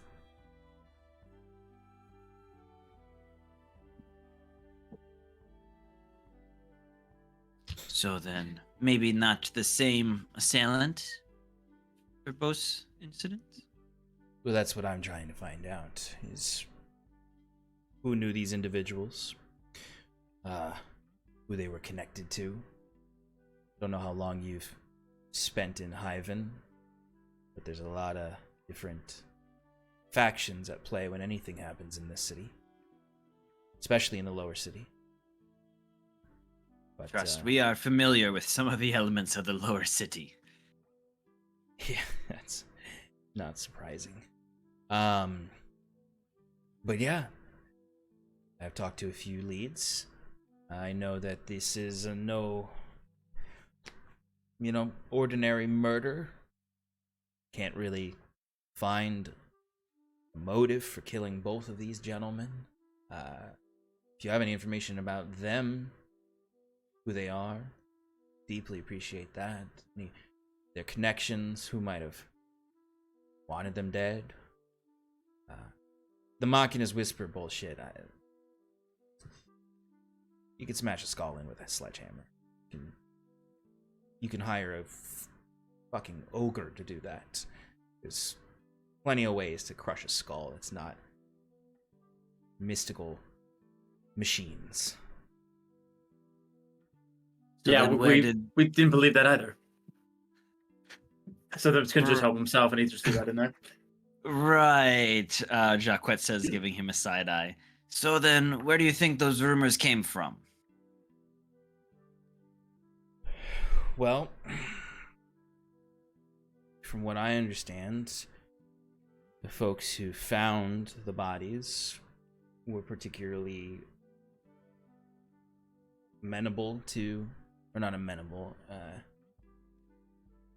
superstitious on these things. And I've had bad experiences. There's one individual I've yet to find, but everyone says that they witnessed what happened. But for the life of me, I can't find that individual. Everyone points me to one location and another location, and then there's no one there. It's a ghost.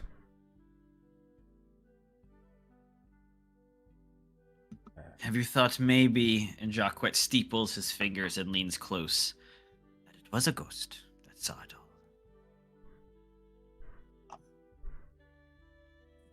I've heard crazier things. But, getting clerics involved in an investigation is just always the worst. So what was the last lead you had for this witness that turned out to fall flat? Oh, well, I think my last lead... Well, maybe it's right in front of me. You said you had some information. I've shared a little bit of what I know. Sure, but maybe we could share a little bit more. I just want to make sure that you're on the right path, you know? The right path? Yes. What kind of path is that? Path you know? The path to truth, my friend. That's the path that all good folk should walk. What is your interest again in this investigation? We, Jaquet says, looking at the rest of the group before turning back to him, are concerned citizens. We just want to make sure that these murders are solved and the truth is out there. Give me a persuasion roll. I'm still looking at typewriters and not even paying attention as Jaquet is, saying all of these things. Fyrn is visibly nervous. Like, he does not look like his normal intimidating self. He's kind of just like... you don't even know if it's... He's probably not staring directly at the newspaper guy. Like, he's just, like, tapping his foot impatiently. Like, he looks like he wants to get out of there. That's just a 19. Okay. He, Jaquet, it's not that he doesn't believe you. Well, no, I'm going to say, Jaquet, you know he doesn't believe you. But he doesn't seem... You don't see the door shut. When he clearly doesn't believe you. You've not persuaded him to fully trust you or believe you, but he's curious. He's interested in you all. Concerned citizens.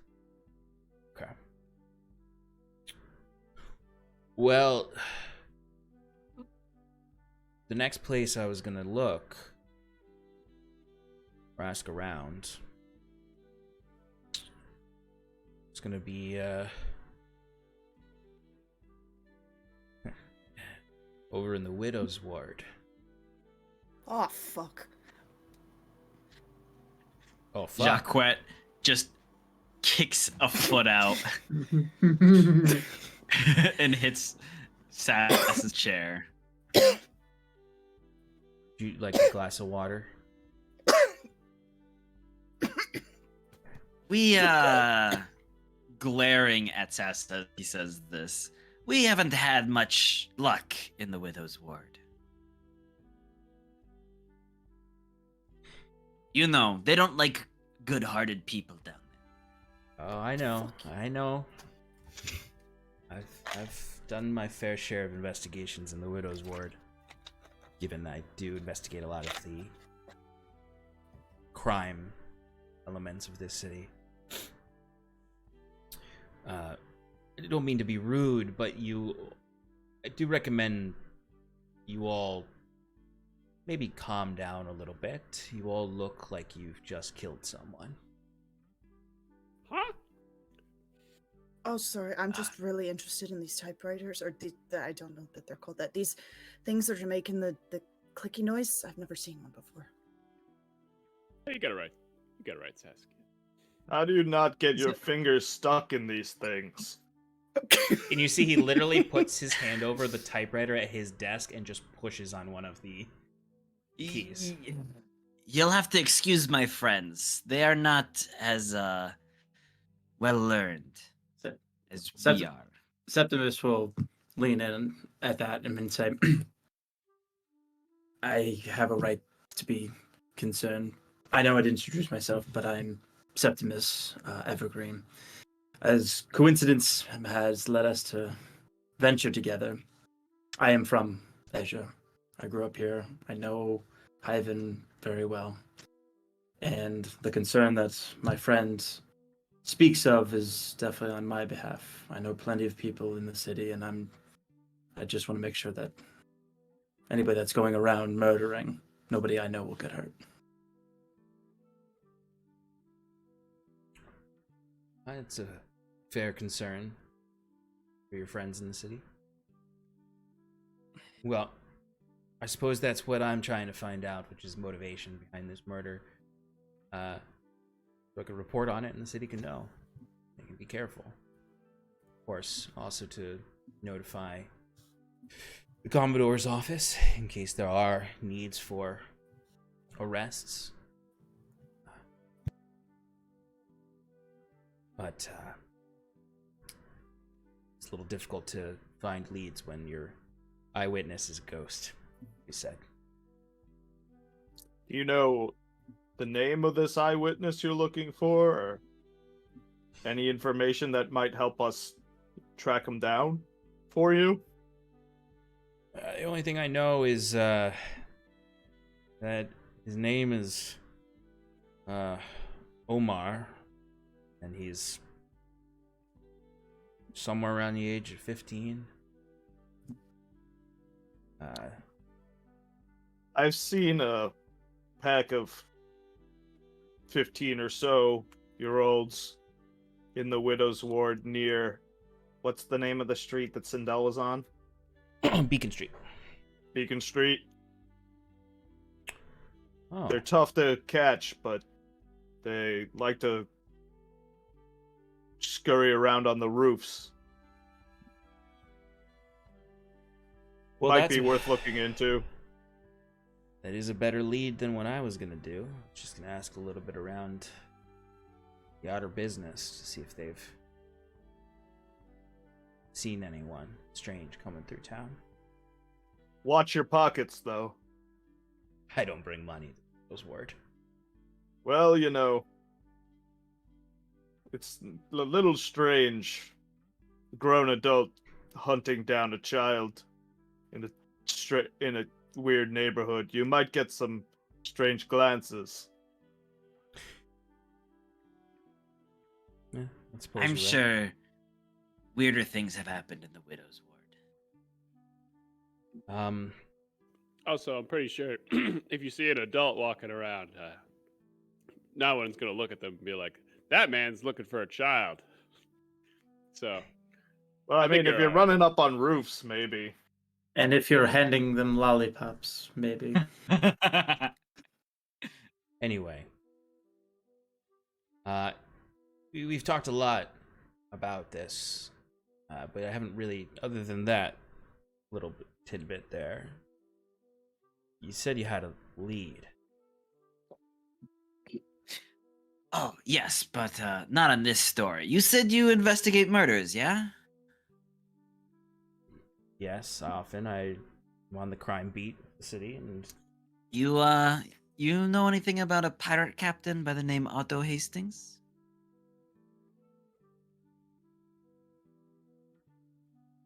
give me an insight check. And anyone can do that if they want. If your character would be paying attention. I would be. That would be at this point. 15. 13. It was almost a natural 20. Yeah, and there's that natural 20, baby. Um, 9. so anyone who got higher than a 15 would kind of clearly notice the hint of recognition as soon as you say the name.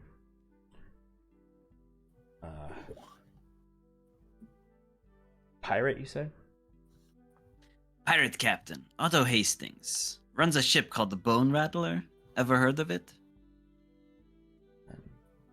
Can't say I've heard of that ship. but I may have heard that name before. Hmm. There's a lot of You hear he's pirates in this dead? town. Pardon? I said, as Jaquet kind of leans in a little closer, have you heard of his death?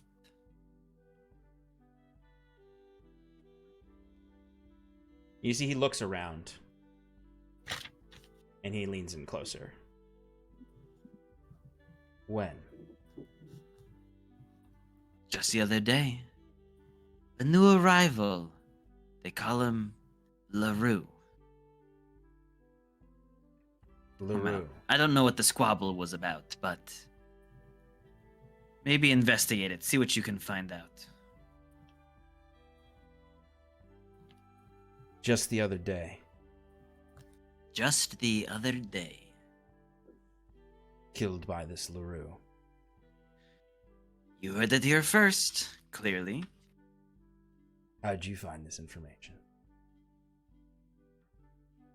We have a inside source.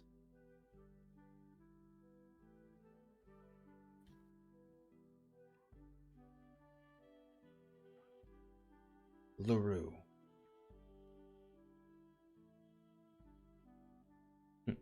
Taking out someone like Captain Hastings seems like a new player in the area. But what do I know? I'm just an adventurer. I only heard that name once. Bad gambler. That's all I heard.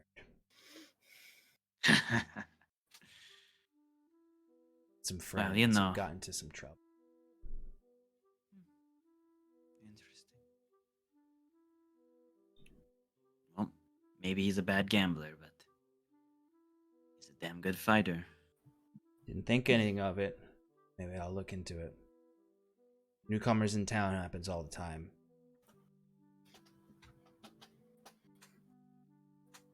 LaRue. You see, he's writing things down.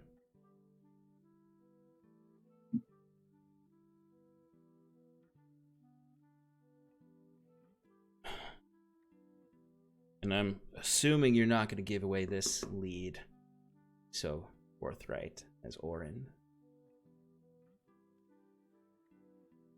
No.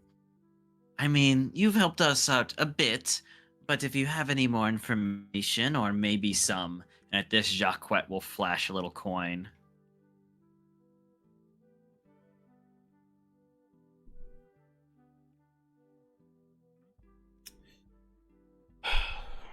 He reaches back and pulls out a copy of the Hyvin Times and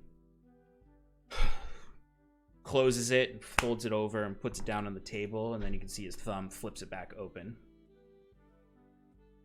as he looks down to it and back at the coin here.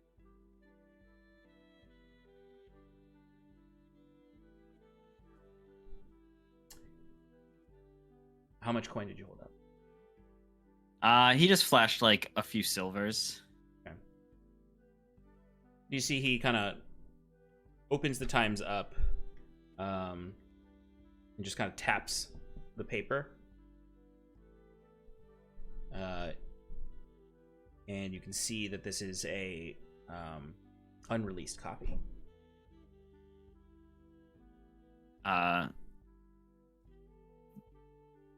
Okay. And he's just tapping on like some, like this is like literally like a rough draft of an article, basically, that he's pointing at you. He just points at a name.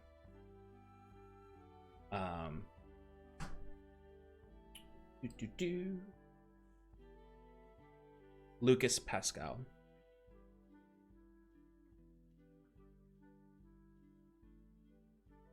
Yeah, one of my leads didn't want to talk too much. Close to home, the murder.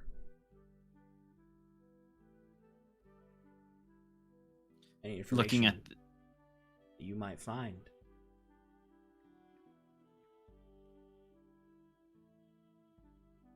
would be helpful. And where might we find Mr. Pascal?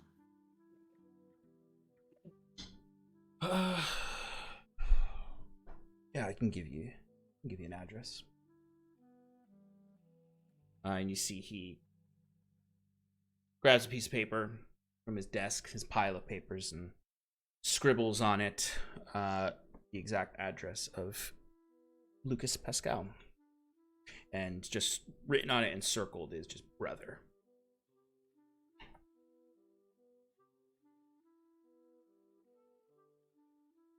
Taking the paper, Jaquet folds it up and tucks it into a pocket.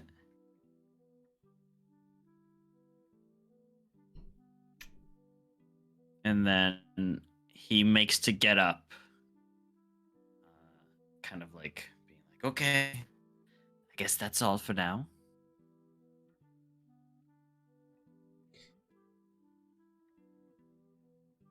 Do you have any more leads or any more information on the murder of Otto Hastings? Would like to break that story as well.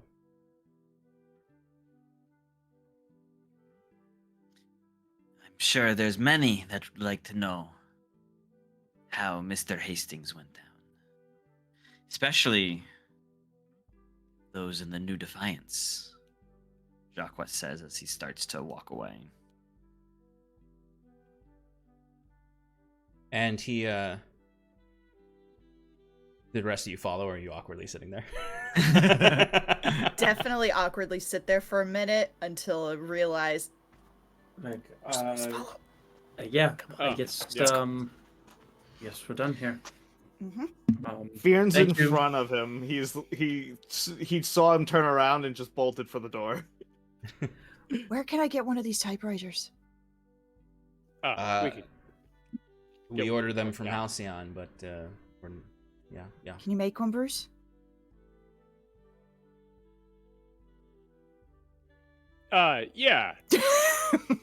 Yeah, yeah. We'll talk about that on the road. Yeah, All right. you can go with your friend. Nice to meet Bruce you. does that like thing where you want to lead somebody away, so like hand on like the shoulder. Yeah, and I imagine it's like as you put your hand on her shoulder to move her along is when she goes, "Nice to meet you." Yeah, Nice to meet you. Yeah. What? I'm calling. Septimus, as they all kind of get up and you follow, Kellen would kind of stand up and follow you for a moment, Septimus, and kind of just touch you on the shoulder to say one last thing to you. Oh. Yeah, hey, you're actually from around here. You should tell your friends to be more careful.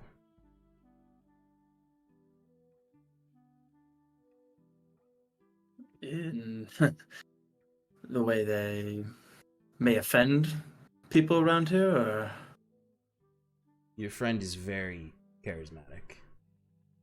Very charismatic. But he's dropping name rather forcefully. And charisma's only going to get him so far. I actually agree, but that will be my problem to work on. Yeah. Thank you for all the information, and good luck with your stories. Anytime. You take tips. Morning, noon, and night. Keep your ears out. Will do. And Septimus will turn and follow the group. Yeah, you see, as you're all following to walk out, you walk past the hobgoblin who's messing with the printing press, and you can see it. Suddenly, you just see this like, part in the rear end of it just sort of like bursts for a moment. You just see like almost like as if like a valve has burst, and there's just sort of this whirlwind of air that shoots through the whole area, sending papers up, scattering all over the place. As you can see, someone running over to the hobgoblin. It's like, you punctured the air elemental container. It's gonna ruin everything. And it's just And that there's a bunch of people Bruce rushing just looks at over. everybody. All right, we gotta go.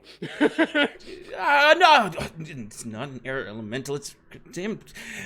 And you see like people's glasses are fogging up as it's the steam is shooting out and causing all of this whirlwind.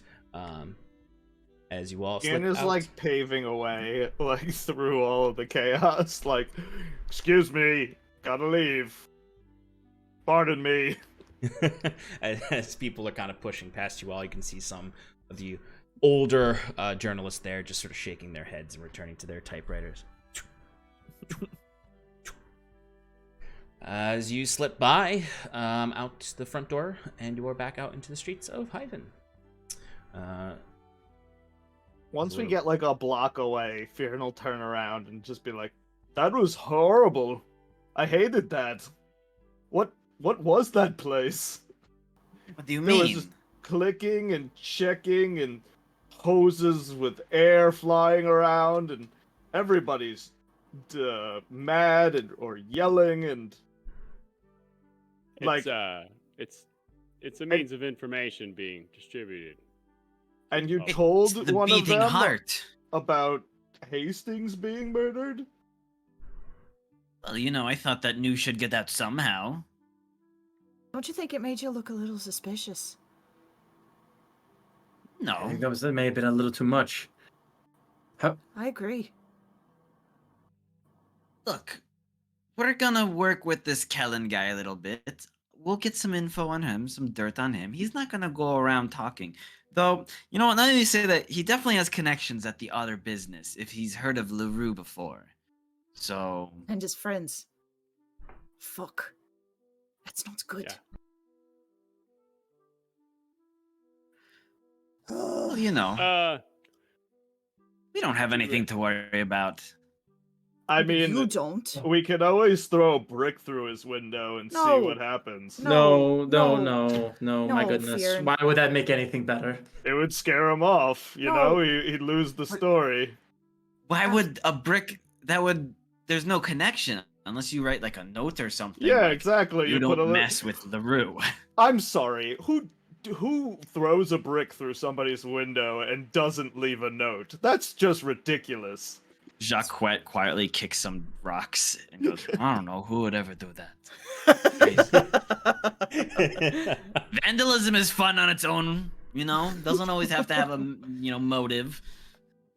Well, my gosh, we are taking too much heat to ourselves. We are bringing too much attention. Luckily, we're going to be leaving tomorrow, so I think for the rest of the night, I think we should lay low.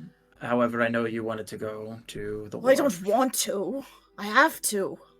You don't have to. You could just never go back and never pay off your debt, right? Yeah, okay. Yeah. No, we'll be coming back to the Okay, city. Yeah, I'm It's sure that'll work honestly- out great. Yeah, I we'll can't be tell coming you back. how many outstanding debts I've gotten out of. Don't worry, Sass. We'll sort this out. Don't worry. I don't have your silver tongue, Jaquet.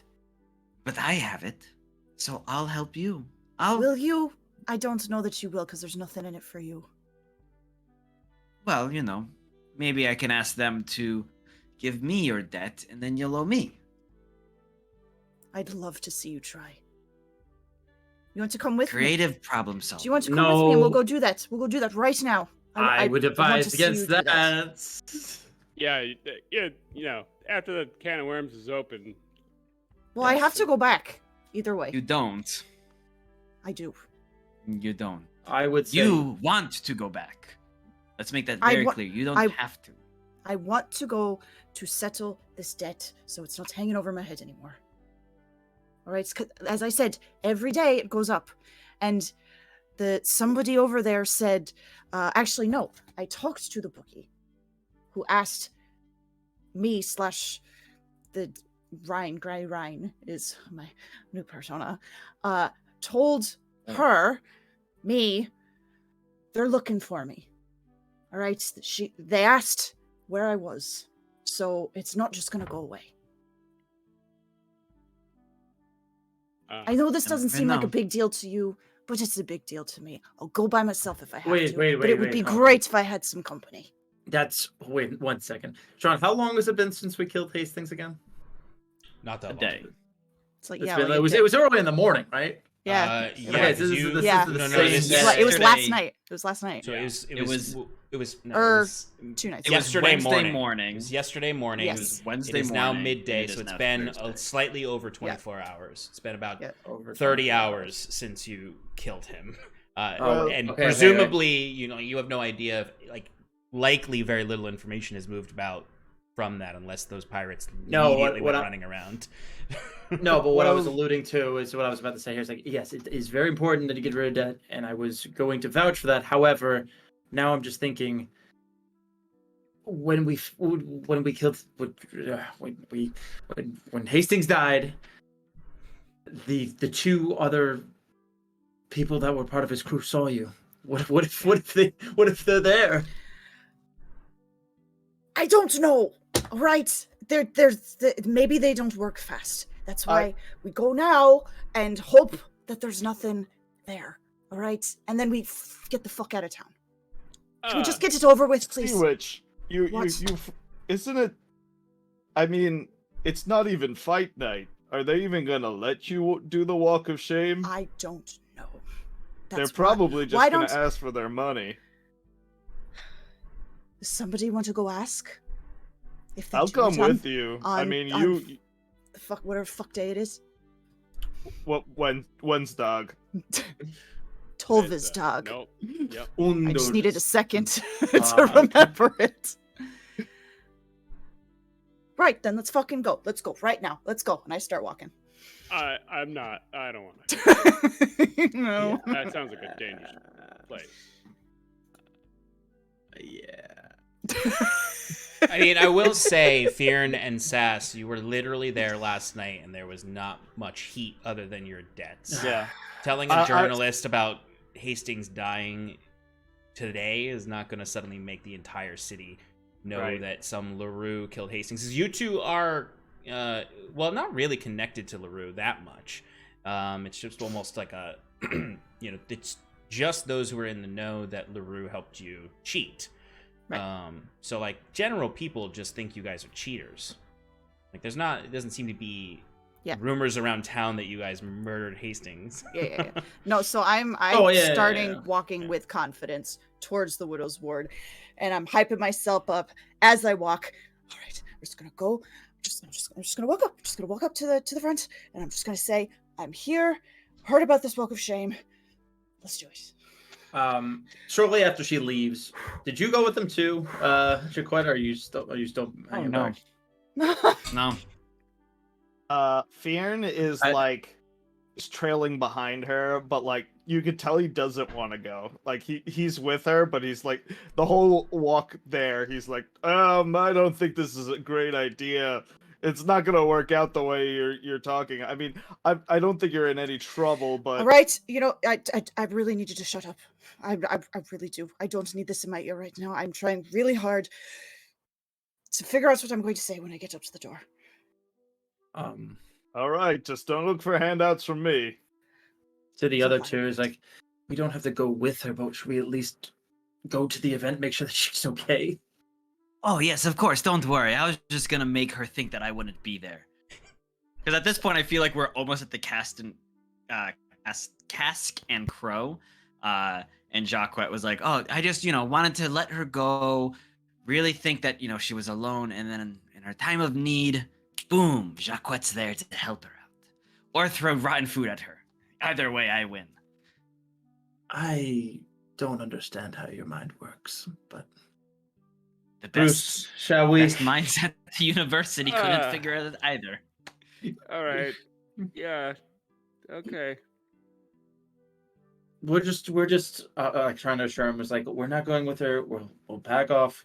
We're just patrons. We're just patrons to the establishment, and it's just to make sure she's okay. Yeah, just the whole area freaks me out a bit. Yeah, me too. So, I'll say, as you said, Jaquet, this was as you were all leaving the Admiralty Court is when Sass kind of stormed off up the road while you all were almost at the Cask and Crow. Her and Fyrn have kind of ducked up towards Main Street to head towards the the alley that leads to cross alley that leads to the Widow's Ward, and you all can follow at a distance to arrive later, if that's the plan. Yes. Yes. As we're going, the closer as we get like towards the widow's ward, Jaquet kind of turns his head down and a little mumbo jumbo cast disguise self to appear as we're gonna go half orc. Fucking stealing my look. Okay, so we got Jaquet has disguised himself as a half orc, as the three of you are heading over, but the other two of you are ahead of them. So I'm going to cut to you two. Essentially, I imagine the other three of you will be shortly behind, and once Sass is like inside, I imagine you'll head into the tavern. Okay, so Sass, you're storming through Main Street. You're heading towards Cross Alley. Yep. Pumping myself up this whole time, just like walking with a purpose, just like it's gonna be fine. It's gonna be fine. It's gonna be fine. Just go. You're a big girl. Just go and just go up to the door and just say, "You're here to settle your debts." That's it. And Fyrn, you're behind her, kind of reluctantly. Fyrn's like, "Do you want to practice? I make a good bouncer." Shh. I'm here to settle my debt. All right, we're like standing in the middle of the street now. Yes, 100%.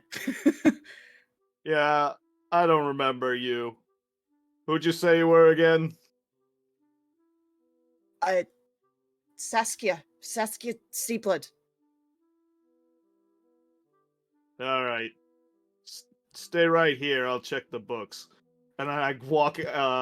I walk about 3 feet to the left, and then walk back.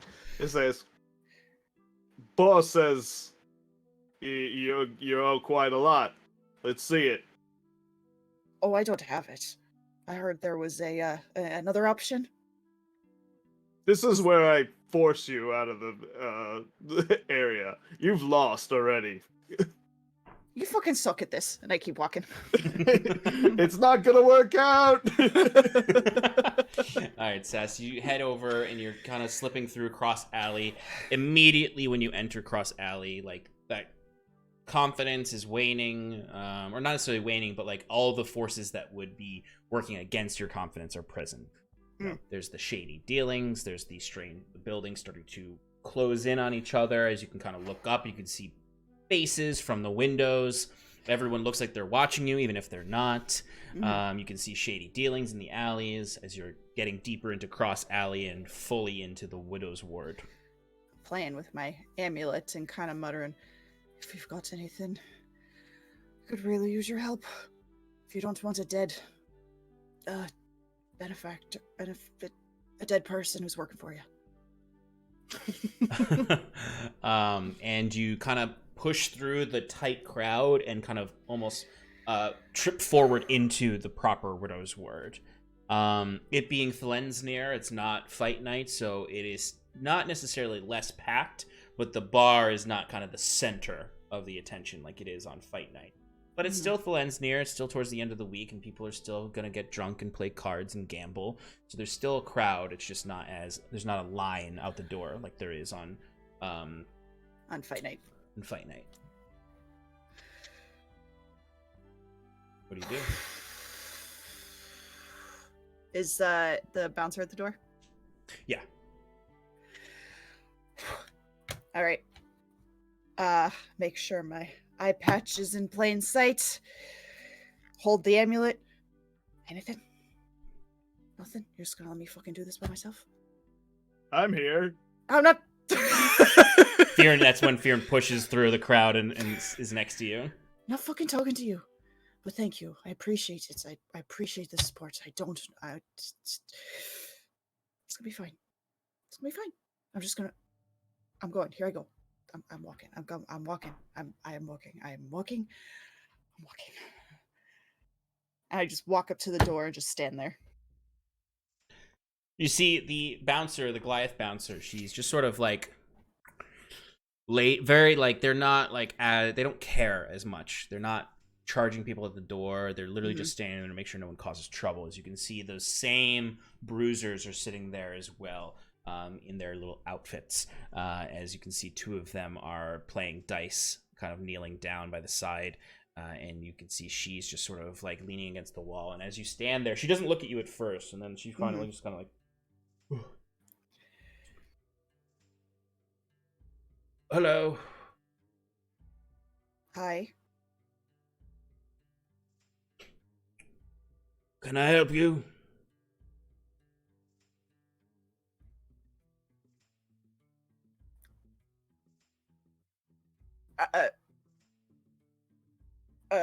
Do you want to go in and drink?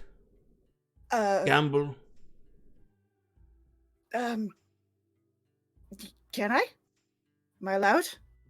Hey, sure. Go in. Okay, great. Thanks. I turn around and look at Fyrn like, fuck. And she just kind of leans back again and closes her eyes. Fyrn just walks in right after. Well, What just happened? that was just round one. It's a 3-round game. We've gotten past their defenses. Now it's time to strike. Okay, no. Yeah. No. Come on, don't you feel No. good about that one? You played it off smooth. I'm proud of you. And Hey, I'm so hit her confused. on the back, Oh, thank give her a little pat on the back. Thank you, but that's not what I was expecting. Like at all. Well, sometimes you get a nice bartender. I mean, bouncer. Sorry. I was going to say, this was a bartender. I don't know what to do now. I was expecting to have a conversation at the door. Just fucking go in. You know what? Fuck it. I go in and I go up to the bar and I order a drink. I'll just say, you stay right there. I'll see if I can find someone for you. No. Just let's me have a drink. Then we'll figure it out. Sass, you can easily enough order a drink. The bartender gives it to you. You feel disoriented by that, but it's not long that you're sitting there before eyes do start to look to you. It's the sort of thing that you might... all that anxiety inside is like, they're fucking with me. They're fucking with me. And then you can start to see people looking at you. I knew that was too fucking easy. All right, who the fuck do I need to talk to? Stop fucking looking at me. All right. See, like the bartender just kind of like puts his hands up like this. No, not you. Thank you. This is delicious. Thank you. But then he kind of like looks behind you and nods his head, as you can see the bookie staring down at you from his desk up on the table. And you can see like people are like, the bar is not as packed, but it is by no means empty. And people are gambling. You can see there are some of those more finer folk up on the mezzanine. There's just no rabble-rousing excitement. It's more of a quiet night. Mm-hmm. Fyrn hasn't ordered a drink. He's just leaning up against the bar, like with his back to the bartender. And he's just been looking up at the mezzanine the whole time, just like waiting for somebody to come down to like approach her. Like he knew where that person was and is just like, knows something that's gonna happen, wants to be aware of his surroundings, so he's keeping an eye out. Sass, what do you do?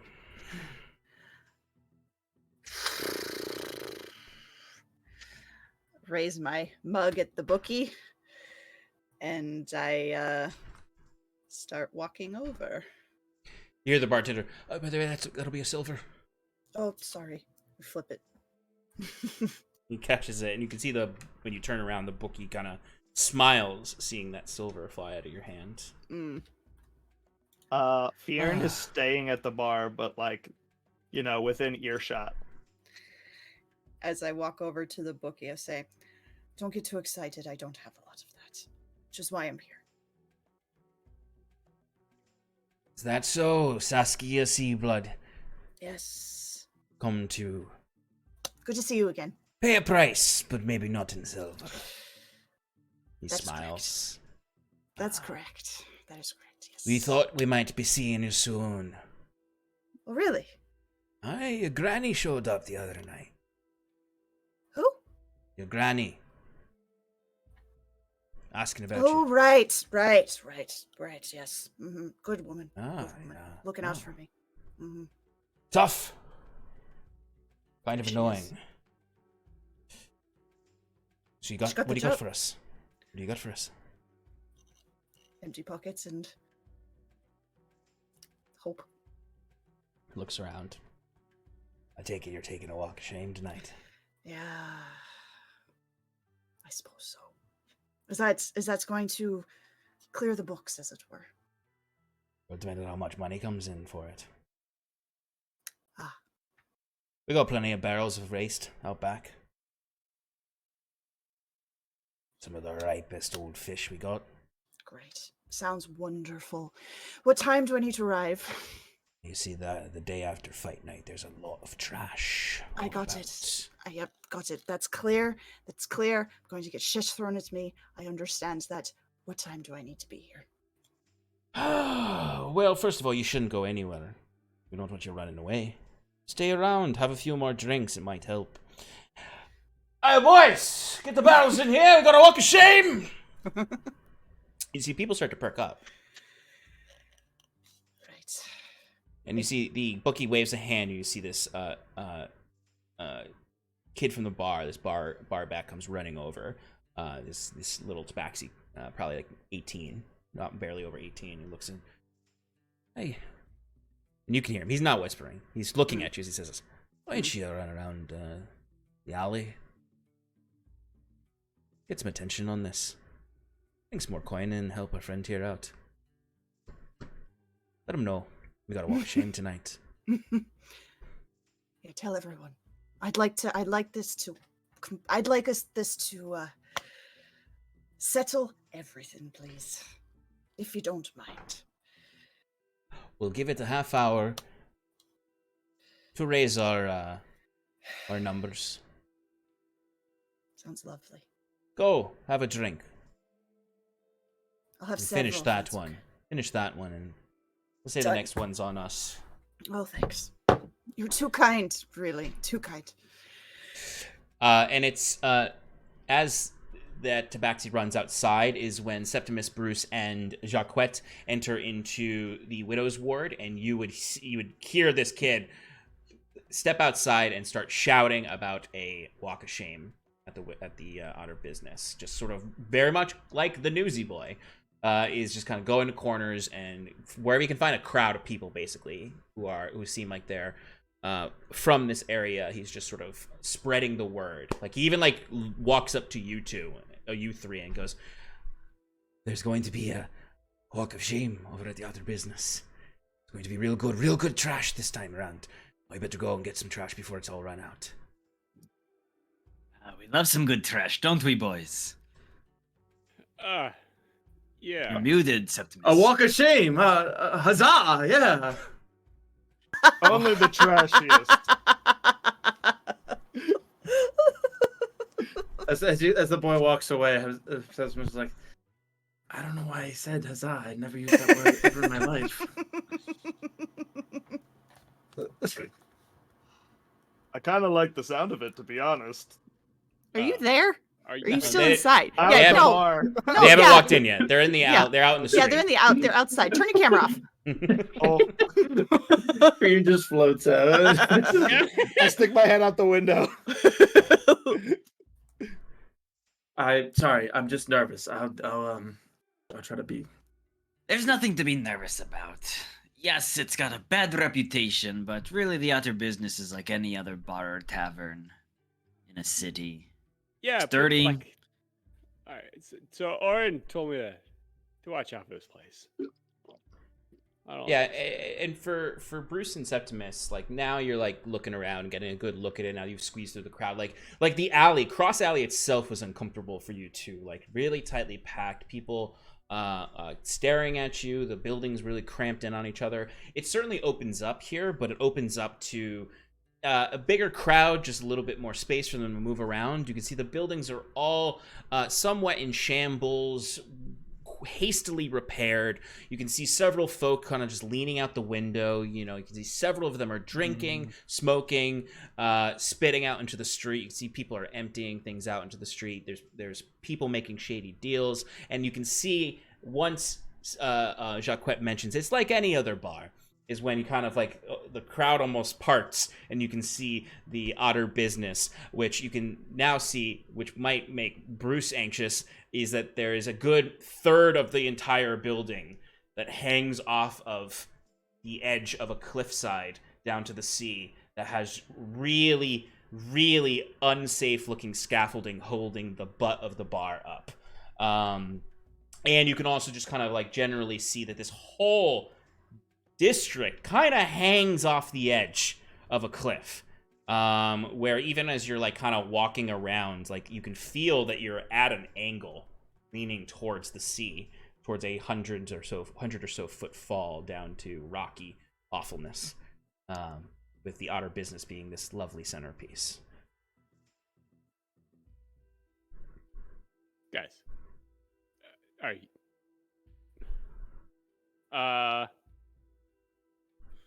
Sean, how far? I mean, how close are we so I can get this visual? I mean, so. Oh yeah. So for you, Bruce, I probably won't be able to see this not until inside. yeah. Imagine that you're not going to really get a vibe for this until you actually step foot into the bar itself. But I would say at the very least you would be very sensitive to the fact that everything is sort of steeped at an angle, and that generally this area is not well developed, and unsafe in general. And for what you would just see with your blurry vision is just sort of chaos, and the sounds of chaos as well, of just people being inconsiderate, mouthing off at each other, sounds of fighting possibly in the alleyway around the area, and you don't see as much as I just explained before, but it is still a bit unsettling. Okay. But the three of you can head to Outer Business if you'd like. Man, this'll be good. I just know it. So, doesn't take you long. You enter in. Bruce, you immediately see everything I described before. You can see that the bar, Bruce, you're walking in, and the second like you step foot into the bar, you can kind of see that like underneath the bar, like where you should be seeing ground. This bar doesn't have a basement. Fyrn's waiting at the bar, and he's already got like 4 drinks waiting, one for him and one for the 3 others. And like Sass, I mean, I don't know. You'll probably already have a drink, but Yeah, I'll probably have walked back over to the bar and am on my second drink. Yeah, so the 3 of you would see the 2 of them at the bar drinking. You can see Fyrn has some cups for you, hoping that you would all show up. What do the 3 of you actually do? I immediately grab Jaquet's tail and Septimus's coat, and this building is not. It's not safe. It's not to code. It's this thing could snap if it's got too many people in it. How is it still standing? All right, why don't we you and I will head over to the side of the building that's held by whatever ground there is underneath it. Oh, please, my friends. I've seen this place with triple the occupancy. Oh. And not a bad thing has gone awry. you know how much. Sorry, I'm not even there.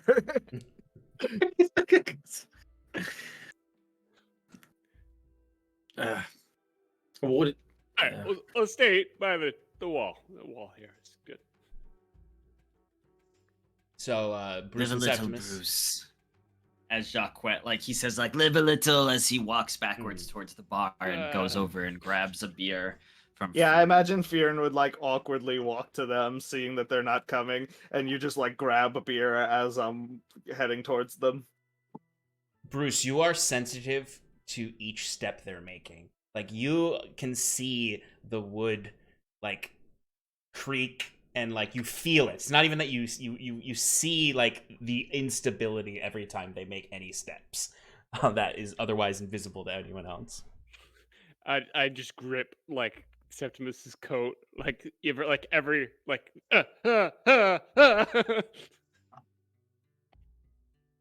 just here So for the we're just here for the walk. We're just here for the walk. hi guys, welcome to the Otter Business. Don't step there.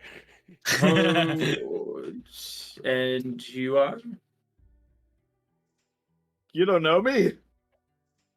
I basically run this place. Oh, is that right? Because we're new. Yeah. Well, newbies better get a drink. And I hand you both a beer. We like to share around here. Well, What do you want in return?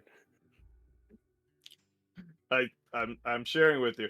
I want you to throw as much trash as you possibly can at Seawitch later, and to have a good time.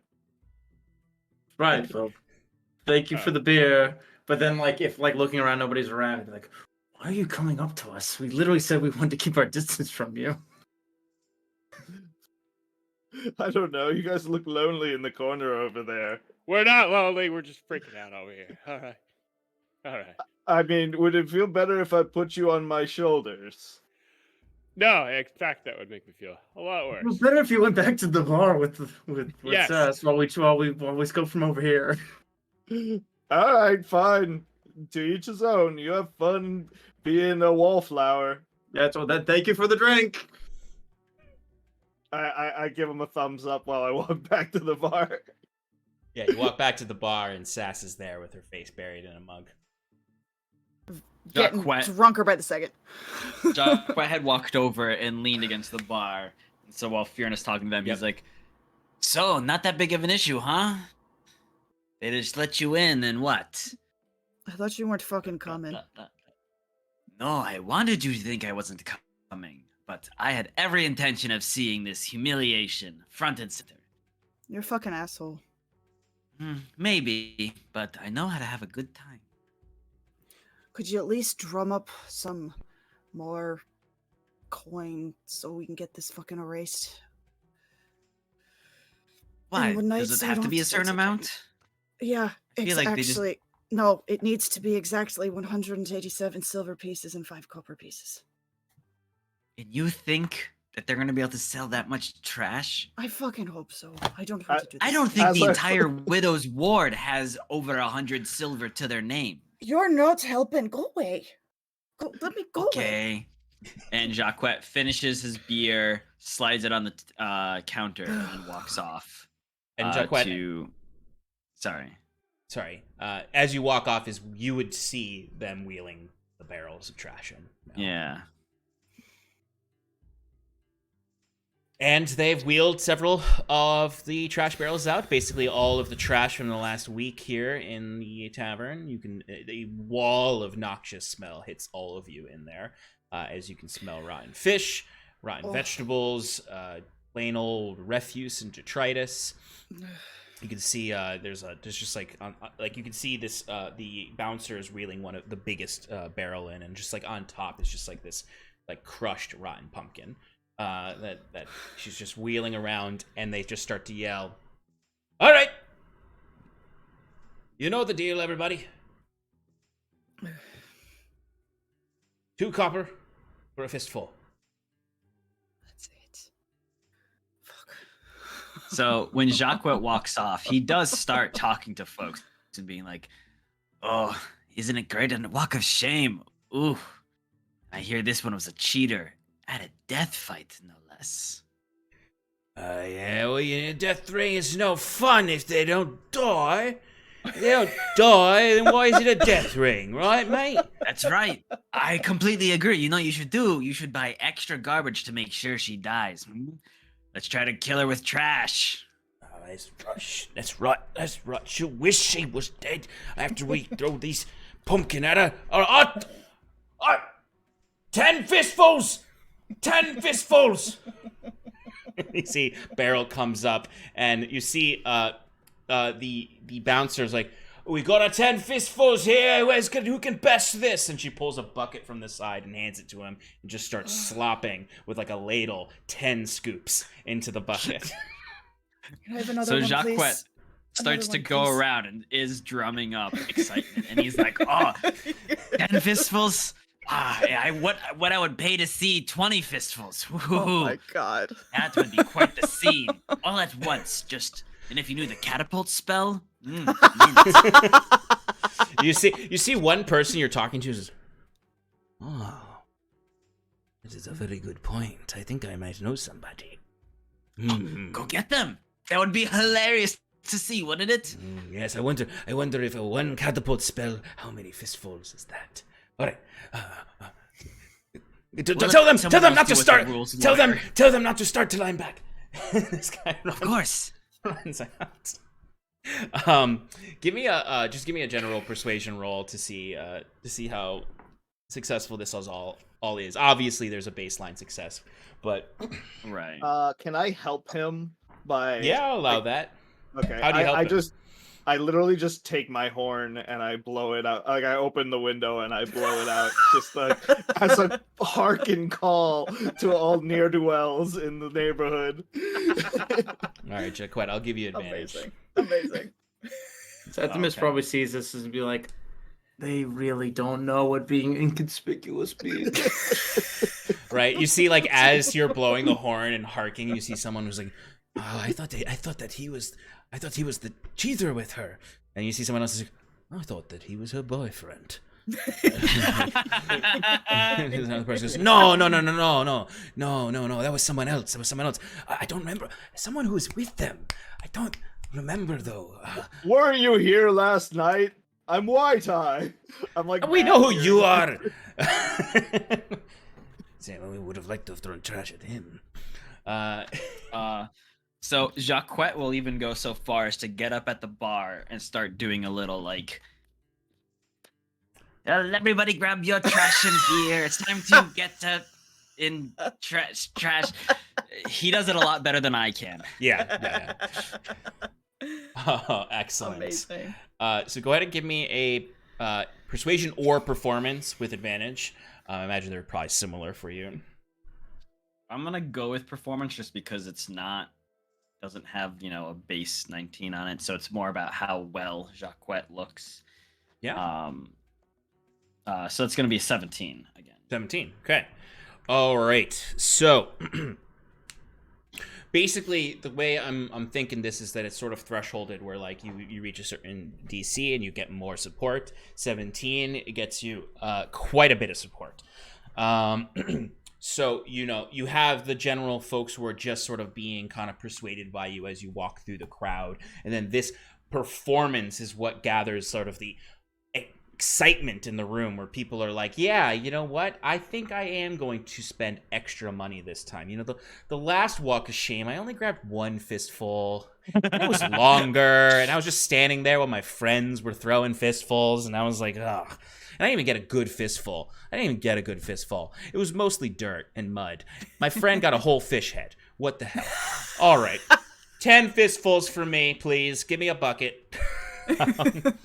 And you're just sort of this chorus of the whole room to Jaquet leading it, and they're all just singing. They're all singing, "Get us a bucket, get us a bucket," and we'll, and they're just going wild. I wish there's something there. Yeah, get us a bucket, we'll chuck it. Oh, there we go. Yes. And I'll say Fyrn kind of joins in as Jaquet starts to go, "Get us a bucket," and then he goes and chuck it, and then whole group everyone is just singing. And you see even like the bard, who was not really doing anything, like was just kind of like picking at a lute just quietly in the corner because it was a quiet night, just starts playing it. And Jaquet, you get your drum out, and there's just a new whole culture going on around this walk of shame developing. Trash for cash. Trash for cash. Oh, Sass, my what are you doing while this is all happening? I'm just kind of sitting there like this. I've stopped drinking, but I'm just like sitting here and hoping nobody notices me and that it's all going to go away. But then I know that's not going to happen. So then I take a deep breath and I try and lean into it. Just leaning in, like, I don't know, like, yeah, throw that trash at me. Yeah, I'm the one that's going to have that. Yeah, let's go. Look at all this. Yeah. So I don't know. The moment Sass starts doing this, Jaquet just starts tearing into her and going like, "Oh, she thinks she can take it. Let's show her she can't. Buy some more trash and make her recant." Sass, if you want to give your own performance check there, Sure. and give me a It's a dirty 20 Oh, for okay, performance. excellent. Were you going to ask for another roll?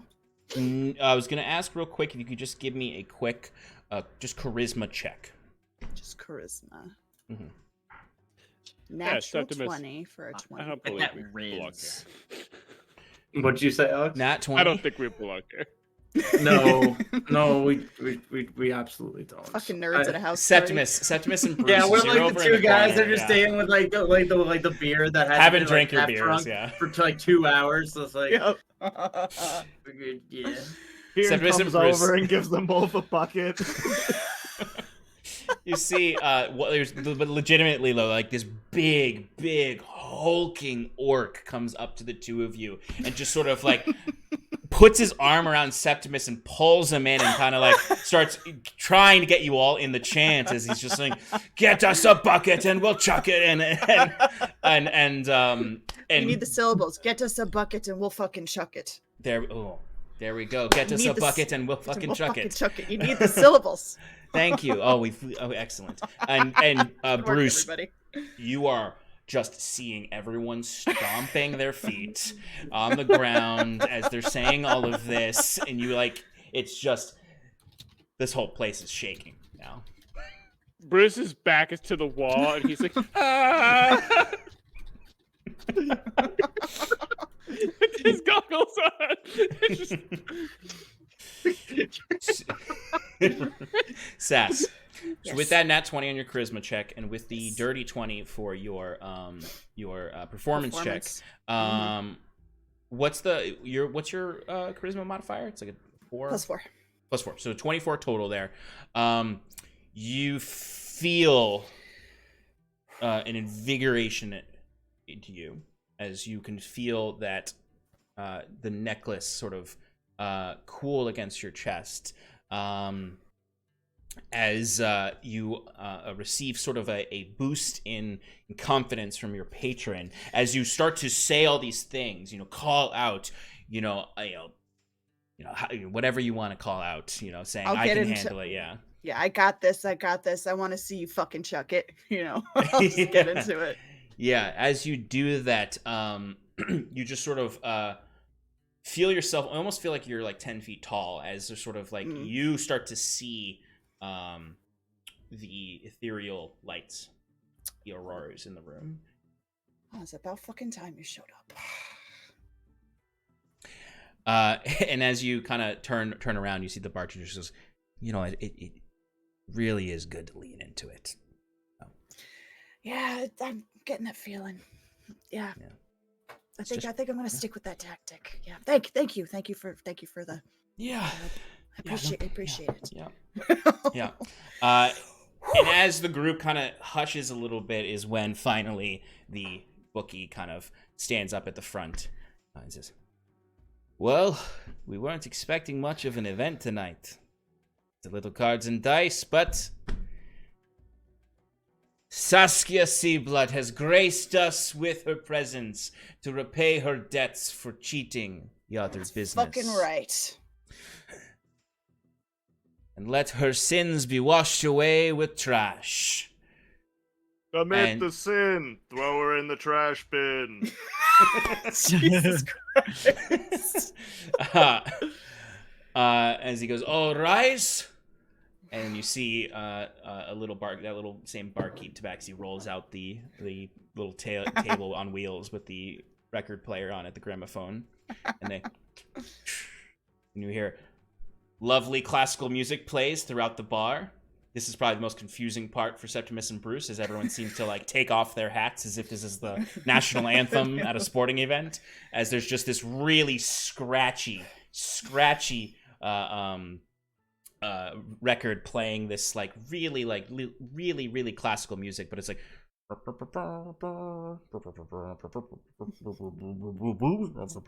It's like a fanfare. yeah, it's basically but it's all just so warped and messy. And as soon as it ends, the bookie looks to you, Sass, Where do I stand? and Where does it start? he holds his hand out to the ring, the fighting ring itself. Makes sense. It's poetic, really. And I will strut over there with as much confidence as I can mutter. You all know the rules. Muster, not mutter. Muster. You all know the rules. Just to step out from the cage, and he whistles, and you see someone steps out, and this is when you all hear the squealing of a pig that has a handkerchief around its neck. The cheater will have to catch the pig, get the handkerchief free, and run back into the cage. And once she's back in the cage, she's safe from the trash. That wasn't part of the deal. That you didn't tell me about that what? And remember, all trash is non-refundable. Oh. You don't get it, Otter. You don't throw it. The time she's back in the cage, not our problem. You bought the trash. It's your trash now. I have to catch the ready? pig.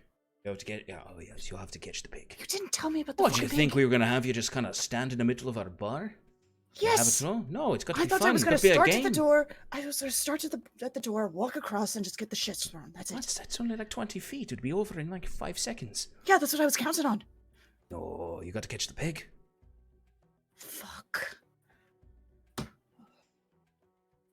All right. And I just go. Oh, she's starting! She's starting! Get chucking! All right.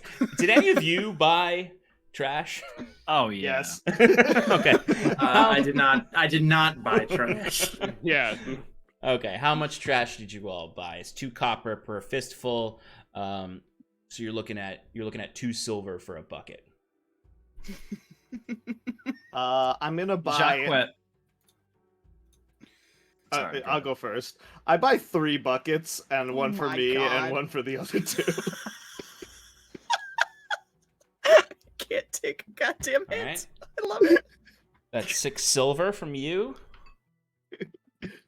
Jaquet buys a bucket and he makes sure to get a nice fish head on top. Excellent. Excellent. All right, so that's 6 silver from Fyrn, 2 silver from Jaquet. All right, Sass. I'm going after this fucking pig as fast as I can. You heard the guy. It's non-refundable. You have to throw the trash at her. Otherwise, you gotta take it home with you. Do you think the people at the inn that we're staying at are gonna let you in with that thing? I'm don't- not I think taking not. anything. Don't give me. This is your trash. You I bought. literally I pushed the bucket on him. Oh. See the orc leaning against the wall now next to you. Saturn says, "You don't want the trash. I'll take the trash." I've already gone. If you wanted Yeah. to take the... You see the orc takes it and starts molding it all into a big ball from the bucket.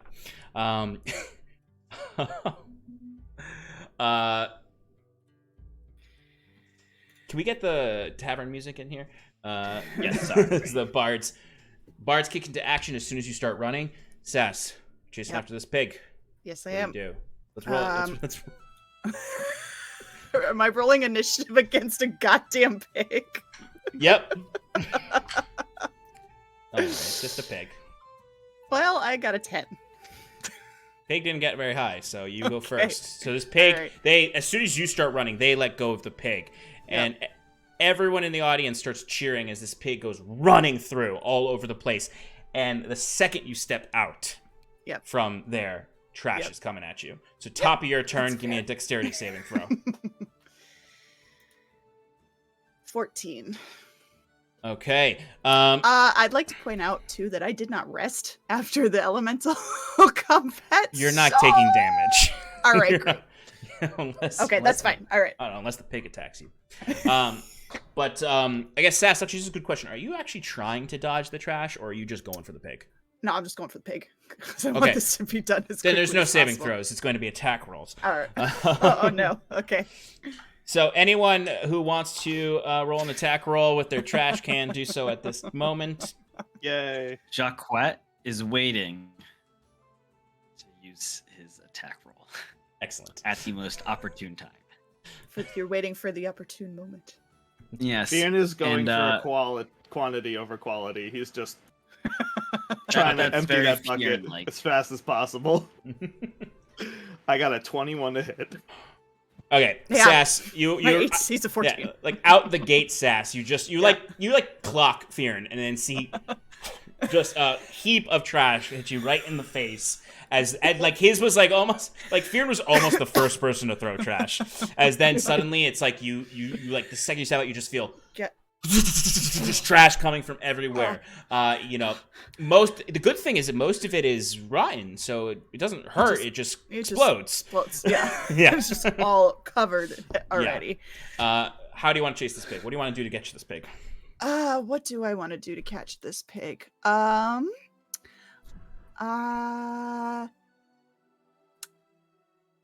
want to misty step to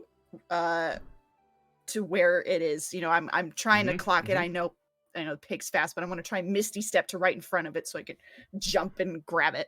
Yeah, absolutely. I'm going to ask for either a perception or an insight check just to see how precise you get with catching in front of it. Perception, not very. It's 11. Okay, that's fine. You didn't need too high. So you misty step. You kind of like the trash is hitting you, and you like stop for a moment because it's just so much trash, and then you kind of like wipe it away, and you look, and you kind of you have like one eye closed, and you see the pig, and you bam, you're in front of the pig, and immediately squeeze as you're looking at it. Come What here, do you fucker! I jump on it. I want to try. I'm trying to wrestle the pig, Sean. Okay. I'm gonna ask you to give me an acrobatics or athletics check against the pig, as everyone is tossing their trash at you. Woo! 25. Oh man. Okay. So you all of a sudden, from across the room, you hear she tries to get the pig, but she just can't land it as silvery barbs. So re-roll and take the lower. Oh my god! re-roll it, Sass. What the fuck did I just roll? Acrobatics. Oh! 11. And Oh then yes. the pig gets advantage. The pig gets advantage.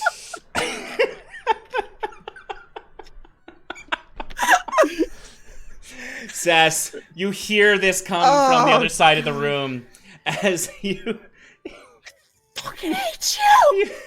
you think you've got the pig, but you see a little twinkle in its eye. As it squeals in your ear and slips through your hands, and you fall face first into the trash already on the ground that's been thrown, as the pig runs out into the crowd. Oh, fuck. Do I lose sight of it? It's in the crowd now. You have to jump into the crowd. Pigs in the crowd? Pig's in the crowd. Yeah. Bruce, Pigs you're in the just crowd. seeing this pig running through the crowd and people moving their legs, and like you hear just like you just feel the.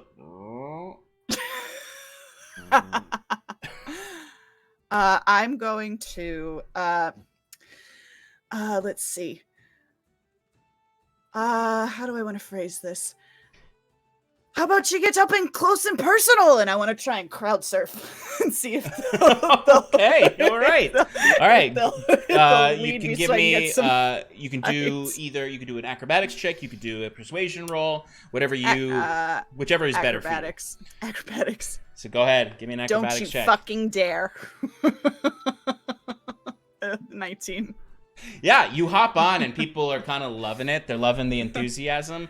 They're Yeah. still throwing trash at you. Sure.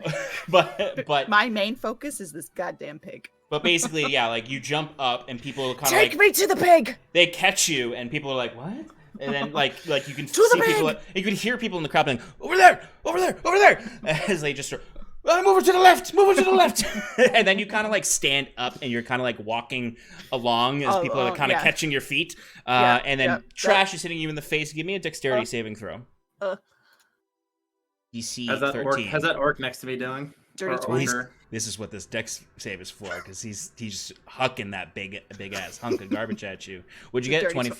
Dirty 20? Okay, Sass, you get this big mound of trash hits you right in the face, and just sort of explodes. You can see on your in your hair is a little bit of pumpkin, a little bit of fish scales, a little bit of trash here and there, but you don't fall over and you spot the pig. I misty step again, right in front of that sucker. Okay, Come here. go for that acrobatics check to jump on this pig. 9. Let's see what... Okay. Pig got a nat 1. Well, actually, sorry, the pig does have advantage on its next roll. Fucking Jaquet. What did you get? 9. Yeah, I'm sorry. The pig makes its way out of your path. Slippery trash. You jump forward. Yeah, basically, exactly. You step forward and slip on a little bit of old papaya and land face first onto the floor as this pig runs off, but you do keep your eyes on it. As another wave of trash gets thrown at you, cheering in the group. You hear the bookie being like, "We got a magical one here tonight. This should be interesting. Not helping her that much, though, it seems."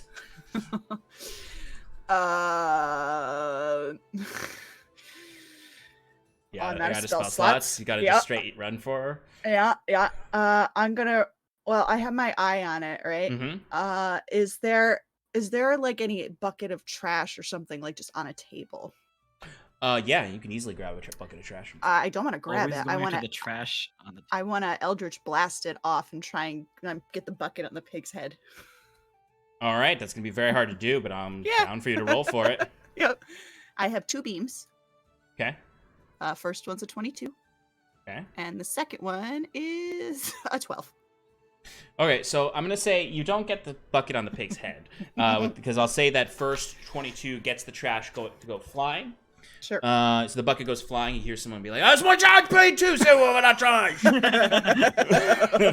and it goes running for it, and it does hit the floor next to the pig, and it sends the trash out splattering, which does cause the pig to fall and slide in it. Is knocked prone right now, and you see its legs going like this. And this is your Great. moment as this I guy is run and grabbing dive. that trash off the ground, and he sees you dive, and he's just like, "Huh, huh, huh."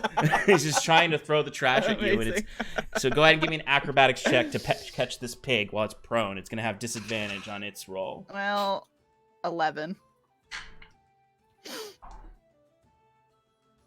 You got lucky. Thank God. So you are on top of the pig now and wrestling with it. I imagine, you know what I did? Yeah. Total arms and legs just around it, and now I'm just rolling around with it, and I'm trying to fumble for that handkerchief. Okay, go ahead and give me a. You can either. I mean, what do you want to do? You can try sleight of hand. You can do just another kind of acrobatics check to try to get maneuver around the pig. Athletics. Yeah, let's do acrobatics, because I want to try and, like, as I'm rolling with the pig amongst all of this trash, and it's all squishy and smelly and gross, and I'm trying to. I imagine my hand just keeps slipping on the knot of the handkerchief, so I'm trying to. 12. Okay. You are rolling around on the floor with this pig. It is screaming in your ear, this pig. Yep. As you are clutching for this string. You're just absolutely covered in mud and trash right now. Your hat is gone. No. Oh no. Not the hat. Your I imagine nice, my eye patch must have fallen off. At some your point, eye patch so is the absolutely kind of like, yeah, your eye patch fell off. Like it's just like your muddy bandana and your your like vest jacket is covered in mud and tangled in your boots and stuff, and your daggers and everything are all over the place. Yep. And then finally you kind of like are reaching for it, and you just sort of see out of the tips of your finger. Yeah. Is this because casting is when a creature succeeds on a roll? Was this a success? Yes. Okay, silvery barbs. Shannon, reroll. Oh, And the my pig gets advantage. God. My Jaquet's intent here is to make this go on for as long as possible. I got a higher roll, so do I just stick with the lower? Or do No. Yeah. Silvery Dude, barbs is whatever's use lower. the lower roll. Yeah, so Okay, it just was, cool. I got All one right, higher. So you feel a little twinge of magic there, trying to mess with you. Jaquet, stop it! And you just see, from the tips of your fingers as you're reaching for the knot, comes out a little bit of seaweed Mm. that just grabs onto it and pulls it into your hand. And you Scramble to my feet. see Where the fuck- everyone's where the fuck am I holding supposed to go? their trash. And everyone just starts throwing it at you still. you hear from the slightly over it's hard to hear it from everyone shouting. People are like, to the cage! To the cage! Great, You've made that's some where fans. Yeah. No, That's what, where I'm man? going. You run to the cage and you get in there and you close it, and you can see the trash is hitting the cage, splashing through the cage on you, and then you hear the boogie. That's enough! That's enough! This is your trash now! Any more trash gets thrown, you owe me a silver! The music stops.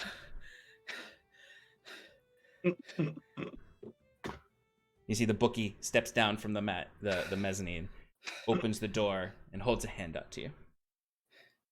Slap the handkerchief down in his hand. You see someone walks up to the bookie and hands him your hat, and he hands it to you. It is soaked with garbage, I don't care. On it goes. and garbage comes out of it onto your face.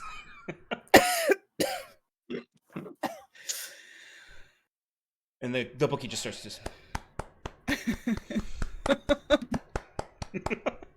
As the room does erupt into cheers, this place does seem, for all of its woes and negative things, they do appreciate when a slate is wiped clean. Was it wiped clean? Did I make enough money? You see he looks over at a buckets of silver over in the corner of the room. He goes, "I will do the counting, but I think you might be square." Let me know as soon as possible, will ya? Not keen to do this again. Mighty brave of you. Hopefully you'll be welcome around here more, Sea Blood. This was entertaining. Glad to be of assistance. As this conversation is happening, Jaquet slinks over and he goes, "We made quite a haul here, huh?" Gesturing to the buckets of silver. You say that to the bookie? Yeah, and Sass. I am staring at daggers at you. And the bookie looks at you as well. Quite the impressive ramp up you had there. We haven't had a good walk of shame like this in many years. It was my pleasure to help. You know, how much would you say that might have earned me? Get the fuck out of here. I start throwing my own trash at him. And as she starts to sling trash off herself at you, and the bookie laughs, that is where we're going to end tonight, since we are over time. So, Sass has now settled her debts, or we will most likely has settled her debts. And the party is kind of free of some of the chains that are on them. in Hyvin. And we'll see next week what happens as they head out to take some time away from the city to complete a quest. All right, folks, thanks for joining us tonight. We will be back next week. The Sean and Shannon Power Hour should be... Actually, Shannon, are you going to be around next Sunday? No. Somebody Okay, needs to well, fill in for me. We will have a fill-in for next Sunday for someone to come in and talk about this week's episode in speculation. Be maybe free. Yeah, and honestly, whoever wants to come on can. It was a lot of fun with Steph and Alex last time. Wow, you scared Mike away. Mike's like, never mind. The Power Hour? Why would I ever do that? It's okay. It's all good. Now that my classes are over, I should be good to get back into relaxing so we can paint Sass and Fyrn. Yeah. And yeah, thanks for joining us tonight, everybody. We'll see you all soon. Thank you for joining us in Paradise. We're going to send a raid on over to Queen's Court Games. So give them our love from Paradise. Good night, everybody. Good night. Sleep.